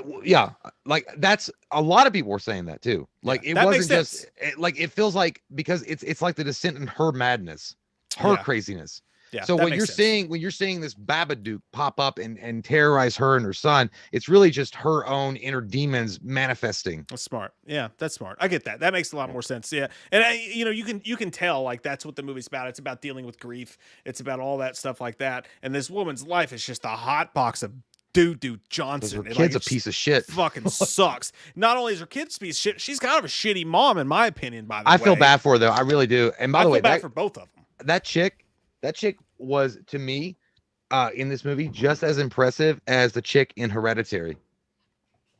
She was great. She was really good. I really think that she should have got more recognition than she did. She did do a great job. But yeah, so when the movie starts out, basically you see, and we've already talked about the ending, but you see this mom who her house is depressing. Her house is so depressing that her friends don't even want to come over. By the way, her friend's a fucking asshole. No, and that's not her friend. I think that's her sister. Oh yeah, her sister's an asshole. But it's her. That's a piece of cunt right there. Yeah. Yeah, to the outside world. But her and her son, or she's living alone with her son. Her husband, the kid's dad, died on the way to the hospital to have him, and so and then they just basically, the first half of the movie is just a grueling it's like an ECW goddamn cage match of them just Yeah, it really was. showing Like you watching how awful, mankind get barbed wired. yeah, dude, like just showing you how awful her life is, and it's fucking painful. She tries to go to sleep, and the kid just like inches up on her. He's on every bit of her skin. He touches her all over. At one point, she goes to hug him, and he hugs her really tight, and she's like, "Don't fucking do that." You can tell she's breaking out under the pressure of this kid just being inside of her constantly. I wonder if that was like because when he goes to hug her once, and he's making a weird noise, he's like, and then he goes, and then she's like, "Don't do that." I was like, was that like a sexual like, you know, like did she feel like you're getting weird? I wondered too. I think he squeezed her too hard. Like, I don't know what it was. Well, you know, I I don't know, and I might have been reading too deep into that, but I think, yeah, the fact that he reminded her of her deceased husband, and the fact that when he walks around talking the annoying, you know, like, she's a pretty girl, her husband's gone, and in a direct, in an indirect way, I guess she blames him, because the fact that her husband was driving her to the hospital while she was getting ready to give, you know, birth to him, and then he dies in a brutal way. And then on top of that, he's an annoying fuck that has driven everybody away from her. Yeah, dude. Shit, dude, did they catch you finally? They're coming right now. This would be my last stream. And I will come live from San Quentin when Big Bubba is doing it to my butt. No, honestly, yeah, the windows are open, so it's coming through. But I think I really do think if you look at it as a cerebral movie, I think it's fucking amazing. I really do. If you look at it as a supernatural flick, maybe it doesn't stand up. But if you look at the fact that you're deep diving into like a Jack Torrance mind, and this is really a Jack Torrance, like an in-depth study of Jack Torrance. When she said, I just want to bash your fucking head until your brains fall out. I feel like there was a lot of callbacks. I feel like there's a lot of callbacks to The Shining, and just they wanted to. Who the fuck died? I gotta go. Gotham needs me. We've been doxxed, dude. We got doxxed. A Gotham City. That dude who keeps disliking our videos just doxed you, bro. You're done. Yeah, I know. But anyway, yeah, dude. It's a great fucking movie. And again, I don't think it's supernatural. I don't think it was meant to be that way. I think a lot of people perceived it to be a supernatural flick, and maybe they were disappointed. I remember when I watched it, I was scared as fuck. I watched it again. This is my third time watching it. It makes you feel weird. It makes you feel, you know what it is? It's makes you scared of depression is what it does. It's depression, man. That's exactly what it is. I think it's a manifestation of depression and just not knowing how to move forward in your life and having to deal with these feelings of guilt and regret and rage and anger, and not knowing how to direct it. And I think that's what the Babadook is. I think I think we all have that inner darkness, and that's just personified in the Babadook. Yeah. I think and when I say that it was disappointing this time upon watching it, I think upon first time watch for anybody, and the story alone is genius. Like that whole idea is very, very smart, even though the ending confused me. But the idea that the entire thing is a metaphor, I can kind of get with that. I fucks with that, yo. But yeah. Where's your gold chain at? Run DMC. But the first time watch, the overall general review of the movie, it is really fucking scary at times because you don't know what's coming next. They really lull you to sleep, and they bang you over the fucking head with this sad, awful story of what this woman's going through with this kid who just wants love, and he has abandonment issues. I don't want to give it to him. He lost his dad, and like he's fucking, he's got all sorts of problems, and his mom she's detaching from him because the closer he gets to her, the more she detaches. So the worse his abandonment issues get. So and that kid, don't get me wrong, I wanted to punt that motherfucker through a goddamn field goal like several times when he's in the back seat, like, yeah, dude. Jesus Christ Almighty in Texas. If I'd seen that kid on the street, I would have come out of nowhere like Ric Flair coming from the back entrance, and I would have figure four locked his goddamn legs and broke them. That kid needed a fucking power bomb, dude. By the way, I think someone said England. No, I think this is Australian. I think this is an Australian movie. I think they're all Australian. I'm pretty sure. I'm not sure, to be honest with you. But no, I think they're Australian. I don't think it's England, because when you listen to them talk after a while, you're like, that's an Australian accent. It's not English. Do you think they forced the scares enough though? Like when the Babadook would come out, it was scary as shit when she first opens the book. Oh, and the you first start time when she reading it. looks at the ceiling and it goes, "Ah, da, da, da." That's fucking. I Yeah. don't like that. And when they're reading the book, I couldn't help but laugh, dude, because any parent knows this feeling. Like when you're watching a movie and you don't think it's going to be bad, then something horrific pops up, or when you're reading a book or something and you don't think it's going to be bad, and something horrific pops up. When he brings her that Babadook book and she starts reading it, and it's like as you turn the page, it gets a little creepier, and then finally she's like, okay, maybe we should just pick another book. And he's like, you promised that I could pick the book, so let's read the book. And then like they do like a jump cut and he's fucking screaming and he's like, ah! I know. I kind of took a sick joy in it. And if I had been her, I'd be like, guess what, you little motherfucker? That's gonna be it's gonna come and get you now. Fuck that kid up. And I'm happy for it. I'm happy for it. But no, dude. No, she scared me a few times. Because the actress herself had a really good way of getting your guard down and then snapping on your shit, like a Jack Torrance, I'm not comparing her to Nicholson or anything like that. I'm just saying like she had that same ability to disarm you, and then the filmmaker and the team that put this together were able to situate it in a way that you didn't know when it was coming, and they did it like they would turn it on in an instant, like some motherfucker that's mad at you that turns their high beams on the highway. You're like, oh shit, I didn't see it. I didn't see it coming. Like it would get you. But yeah, it's a good study, man. I think it's a good study of what happens sometimes when a tragedy occurs, and you don't really find the right way to deal with it, and you push it away and you push it away, and you don't deal with it in the way that you should, and you start projecting. I feel like that's what the study is over. And honestly, even her sister in the movie, when there's one scene specifically after the boy, I think rightly, knocks that little girl out and breaks her fucking nose. And I'm glad it was broken 2 places. Okay, you little shit. You don't say what you did. You don't say that.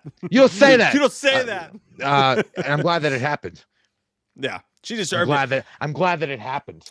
But dude, no, but when the mother is talking to the sister, and it was, I'm like, dude, I get that. She was like, every day I come over and I listen to your problems. I listen to everything that you have to say, your life, everything that's good for you. But you never once listen to me. You never are interested in what's going on in my life. And she's like, of course I am. I talk to you. And she's like, no. You surface level that shit. You don't give a fuck that I'm suffering and me and my son are suffering, and you don't give one fuck. You care about your happy lifestyle. And the fact that even brought her friends over, dude. The fact that one part when she has to come in with the birthday party going on with the daughter, with her niece, and they're over there, and she's like, oh, I've experienced what it's like to help women that are what are they I don't know what they call them, disadvantaged women. Yeah. And then I'm it's just like, God damn, man. Like, this woman is clearly suffering. You don't give a fuck. And that is kind of what I'm saying too. It's a hard movie to rewatch once you've seen it, because the first time you watch it, you're really invested in the story. You've got the scary shit happening all around it, but you're also understanding the depression and stuff going on. Upon rewatch, and you know what's coming with the scary stuff, that depression stuff really sinks in harder. And you watch, I mean, like, you see her go through the stages of it too, because she starts calling into work. She doesn't want to do anything. She just wants to get in bed. But then there's also that point where you feel bad for her, and then you get fucking pissed at her because the kid, as much as the kid's annoying and whatever, I was pissed at her when she's talking to the school, because the guy's like, we're literally going to assign your son, who clearly has mental issues, we're going to assign him his own teacher. We're doing everything we can to help him. And she's like, no, fuck this, fuck that, all this stuff like that. Then she wants to force him to have the birthday party with the girl. And then at some point she's laying in bed, and the kid's like, he's trying to be good. He's like, hey, there's no food. I'm hungry. Like, you're forcing this medicine into me. I'm exhausted. And that's when she gets up and she starts to really crack. And she's like, why don't you eat shit then? Dude, I'll tell you what. I felt bad for him. Yeah, I did. But they did a really good job with the transition of her actually going down Crazy Train, Subway 101. When they showed when she was staying up late, and those like weird fucking freaky images on the TV that she was watching, they're like, oh my God, I didn't want to see that shit because it fucking freaked me out. And then especially when she sees the Babadook, and the Babadook is showing up in the TV, and it's like, I'm like, dude, stop. Because I got mad. I was like, all right, I get it. Like, this is like a study of depression, and I'm all for it. but you can take that shit back to the fucking bank, you son of a hoe. I didn't like that at all. And then I muted it a lot. And then you don't. And also, I looked at the fucking house. I was like, bitch, paint it. I know, because it looks like Beetlejuice's fucking house. It looked like Beetlejuice's house. And that's what her friend said. She's like, I don't want to come to your house because it fucking depresses me, okay? Like, there was, even before shit went bad, the thing about this mom is that there were steps she could have taken to try to change her own path. And I think maybe that's where the Babadook came from or whatever. But, you know, even in the beginning, part of the reason the kid has such abandonment issues is whatever is because even when she's being normal and she's like putting him to sleep and saying that she loves him and saying that he's a good boy, she is basically, on one hand, she is allowing him to do whatever he wants. She allows him to take weapons to school. She doesn't discipline him for anything. She's basically taking the lazy way out with the kid because she's going anywhere with him. And then when he asks for love and she gives him the bare minimum. She gives him the distant fucking like, yes, I love you too. Which, go to bed. you know, yeah, whatever. There's no deep conversations. There's no anything between the two of them. Which you can understand that, I mean, based on her tragedy and the fact that she never really dealt with it. But it's been 7 fucking years. You got to take. I felt like Billy Madison. Like, you get your ass out there and you find that goddamn dog. Like, she suck my white ass ball. Shit fucking be in no, I mean, I take don't care know. of a fucking kid. You know. I get that. Yeah, but look, and you know, it's so weird. And I don't have any kids, so it's hard for me to talk on it. But I'd say the number one thing that misses and a lot of these little asshole kids get away with is there's no discipline. You let your kids run like a fucking monkey in the goddamn Cincinnati Zoo and they can sling shit whenever they want to and talk on their phones and just be assholes. Of course they're going to be out of control and they're going to like, those are bad parenting. Like, I want them to express themselves. Oh my God. Trust me. I will goddamn shadow kick you from Johnny Cage's Mortal Kombat. I will do that to you if I see that, because no, motherfucker, that's not how you raise your kid. You raise your kid, you gotta fear and respect that escalator. It doesn't mean that you beat your kid. Okay, exactly. Here's the difference. You don't raise them to be fucking fearful and cringe every time someone tries to give them a hug. What you fucking make them fear is when you raise your voice and you say, you got 3 seconds. 1, 2, and on 2, that motherfucking ass goes rocket raccoon right to where they gotta go after you've told them. That's what the difference is. It has nothing to do with beating your kids or anything like that. Obviously, you shouldn't do that. But disciplining your kids and not giving them every goddamn thing they want and everything that's under the sun, you shouldn't do that. You know what you're doing? You're setting them up for fucking failure for life.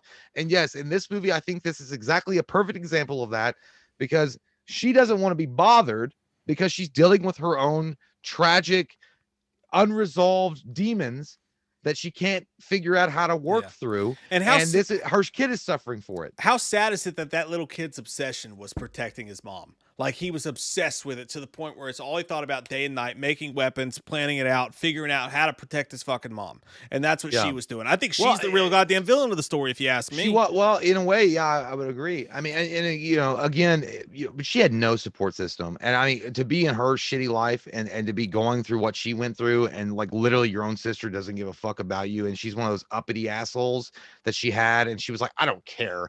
I care about my daughter and her princess birthday party. Fuck your weird kid. Yeah. Yeah. I mean, you're really in a bad position at that point. And then, you know, hang on. Can we, Brad?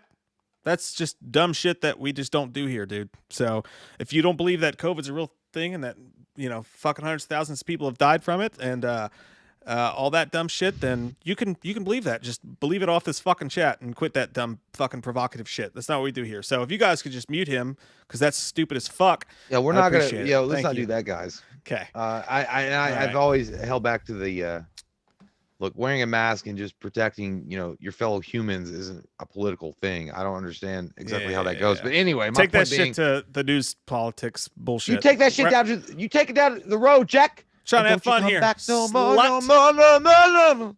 Anyway, I feel like she had a really, you know, a shitty hand dealt to her, and the fact that you can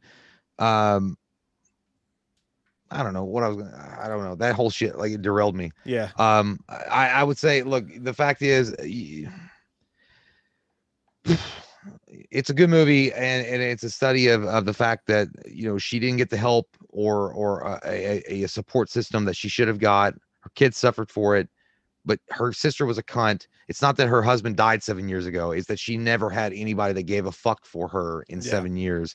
And that's really, it's ultimately, it's a drama. I think it's a supernatural drama, but I think it has more to do with the unresolved feelings that you may have for somebody, or a certain situation that, when you can't move on, a trauma that won't go away. See, the camera ended. That's exactly how I wish that little boy's camera had ended. I went away. Yeah. Can you see me now? Have I popped back up yet? I have not seen you yet, though. Oh, what's going on here? What are you doing, camera? What are you fucking doing here?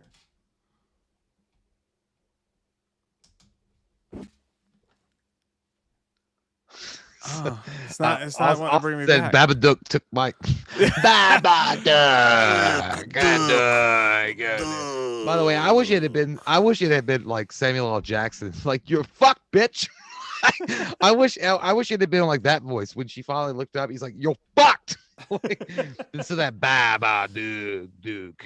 My camera died now. My camera's telling me I'm here, but it won't actually show up. Like, I can see myself in my camera, but it won't show up in the actual Zoom. Son of a bit. Hey, guess what, Austin? The Babadook is taking us all down tonight. Oh shit! Oh shit! I present now to the Midnight Society. I call this tale blackout. It's a blackout. Hey, everybody, the lights are off. It's like when the substitute teacher comes in and someone turns off the lights. It really everybody is. Start throwing spit wads and start feeling each other up. Let's do it. It might be your only time to get to second base. Fucking Babadook took our goddamn stream away. God, we should be talking shit. I don't know why I can't get it to come back. Actually, I feel like we have been. Shit. Hey, you're back. I came back on. Yeah. What the fuck just happened? Yeah. Babadook streaming tonight. Let me try to. Give me a second. Courtney said, "Are you afraid of the dark?" Yeah, man. I'm glad I got these blue lights on. But when that camera, I just saw some of your weeder. Oh, was that my? Hey, is that my? Oh shit! You got my weeder. It's in so there, dirty. Man. Your dick smells. Oh no. Dude, no! Your dick looked like it had crust marks. It looked like it had skid marks from here.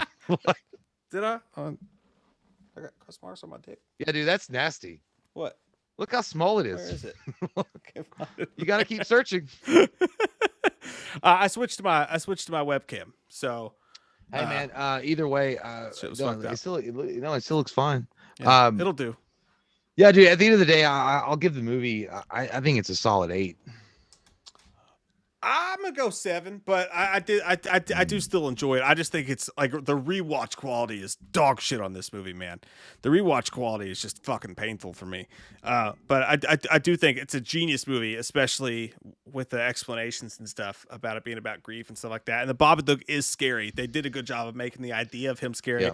The book, the way they introduced him, just a hard fucking movie to rewatch for sure. But and I really feel, and again, I already had, I was going into it thinking like when I was watching it again, because this is my 3rd time watching it, but the 3rd time watching it, I was like, that grief thing, the idea that it's a manifestation of unresolved, and Reddit agreed. I mean, if you go on Reddit, or if you go on any of those, like that's literally what they're talking. Yeah, that's what it is. I mean, there's no doubt, and I would love to get the director, the girl that directed the movie, on to talk to her about it, because, or the screenwriter even, because I feel like it's a deeper film than a lot of people give it credit for. Maybe we'll have to look into that. But Mirror Cross, thank you. It's an excellent choice. A movie that a big horror movie that we've never talked about. Hold on one second. William Bauer said, "Is Babadook a drama?" No, it's a horror movie. But I would say it's a horror drama. Like, I mean, I don't know. I don't think those genres usually collide, but I would say horror drama. Yeah, not a horror drama, but horror drama. Yeah, that makes sense. And thank you, Barry Klein, for the super chat. Thank you, Mirror Cross, for an excellent choice. Thank all you guys for hanging out with us tonight. Let me grab these super chats before we go. Barry Klein says, "Biscuit Boy here, but first time live stream. I work at a haunted house in West Virginia. You guys should check it out in October. Jay will love it." Hey, I was born in West Virginia, my friend. I thought you were born in Virginia. What the fuck Virginia are you born in? Born in West Virginia, and I lived in Virginia for the first 8 of 9 years of my life. So that's you don't really know West Virginia. Well, yeah, my mom's side of the family's there. The wonderful whites. That's I'm Mike's related I'm to those literally motherfuckers. related to the people that documentary is about. Yes, Woo-wee! yes, that is true. By the way, I like how you say Jay will enjoy it. Have you watched this channel? I think that's what he means. I don't like that shit. I think that's exactly what he means. Troy Grubb, thanks, buddy. Says thank you, Mike and Jay, answering that question about Michael Myers versus Freddy Krueger. You guys are right. It would mean that they've run out of ideas for the franchise. So. Love you guys. Love you too, Troy. Thank you so much, man. And again, thank you to the Biscuit Boy there. Barry, I hope you had fun during your first live stream with us. We call all our newbies Biscuit Boys and Girls. It makes us feel sexy. And I love biscuits and gravy.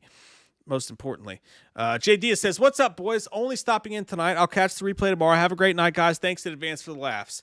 Thank you, Jay. Hey, thank you so much. That's awesome. Hopefully, YouTube doesn't strike this down since I had such a sexy hot crotch shot going on a second ago. Yeah, dude, you gotta watch. You gotta have to have a whole fucking blur out bullshit thing on that. Yeah, man. I don't want people to get too turned on and then us to get canceled. You know, that's what. Or I don't want too many people to get like herpes. Yeah, that's true. You can get visual herpes. Yeah, that's Valtrex. For too long. They're expensive. That's true. They've done studies. Gary Catlow, thank you very much. Says when I saw all the Easter eggs of other slashers in Bride of Chucky, I thought if they ever cross over, I want a special prison with an iconic name for the slashers. That'd be a weird thought too. Like you had like the Brad Dourifs of the world, like the actual characters. Barbara Crampton like working at a prison, and like all the fucking like Michaels and Freddys and stuff were in jail. Yeah. But then they couldn't have their masks because they're not gonna. You can't Halloween 5 it. They're not gonna put Michael Myers in jail with his mask on. It'd have to be James Jude Courtney maskless. That's a crazy idea. Yeah, the Bride of Chucky, man. I liked it. It was fun, but I feel like that movie came out with there was no hope for a lot of these franchises. Like they were like, yeah, they're pretty much dead in the water. So we'll just throw everything we can into it. I don't know. And that movie fucking peaked when they had that cage with the masks and shit in it. That was like the highlight of the whole fucking movie. Well, it's like remember in Batman Forever when they're going through Arkham Asylum and you get to see hints of or it was Batman and Robin. You get to see the Riddler costume for a second, the Two-Face costume. I think you see the Joker thing. You're like, oh my god, that was it. It was like, oh my god.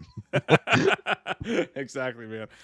Hey, thank you all for joining us tonight. Sorry we had a couple camera issues there at the end. Thank you, Mirror Cross, for the Babadook. Thank you guys for giving a fuck about what we have to say and wanting to spend some time with us. We will be back Friday night, 9 p.m. for a Friday night stream. By the way, really quick, before we go. I'm gay. Loving that dick since 1976. Absolutely. And that's going to be a candy bar. Going to come from Hershey. Because, butthole sex and all that. But anyway, a really quick shout out to Jonathan Brunder. Absolutely, man. Jonathan Brunder, his mom is not doing so well. And if you guys could go out, if you could, find it, some time on Facebook to go and give him some love, give him some prayers and some good vibes to his mom. That'd be awesome. So if you can do that, that'd be great. And Jonathan, I think that your mom's going to, I hope that she does okay. I know that you got some bad news today, but I think that at the end of the day, she's going to pull through it. She's going to come through like a Rocky champ. So don't you worry too much. If you stress out, you're going to get pimples on your wiener, and it happens, and you don't want pimples on your wiener. So good vibes to you, man. And again, everybody here in the Wham fam, everybody loves each other. So definitely go out and say, give a hello and good wishes to Jonathan Brunder. Absolutely. Well said, man. We're all thinking about you, Jonathan. We love you, buddy. And we're all there with you. Whatever happens, man, we're all here with you. Ri Kanazawa, if I hope I'm saying that name right, thank you very much. Thank you very, very much. She says, good night. Thank you for the live. I have to go back to job. By the way, I'm just going to point this out one time. I saw a meme earlier today and it was like, and it showed like Aristotle, Socrates, and Plato. And it was like former philosophers or ancient philosophers. And then it showed modern philosophers. And I think, I don't know who shared this, but it was, it was this Indian dude, and I can't pronounce his name. And he was like, "Life is soup, I is fork." I was like, that makes sense. Life is soup, I is fork. That's beautiful. The spoon must not bend itself. I don't know what I'm talking about anymore. It's too late in the night for me to make sense. Look, I took this off my microphone. You cannot bend the spoon. That is impossible. Instead, see yourself bend. Hey, Jay, if I hold myself in the perfect light, it looks like I have laser eyes. Oh! If you look like you just saw titties for the first time. Oh, That's what it looks like. they're so bouncy. They're so bright. Oh. Look at those areolas. Love your fucking guys' faces. See you We'll guys. see you guys Friday night. Good day, sir. Bye.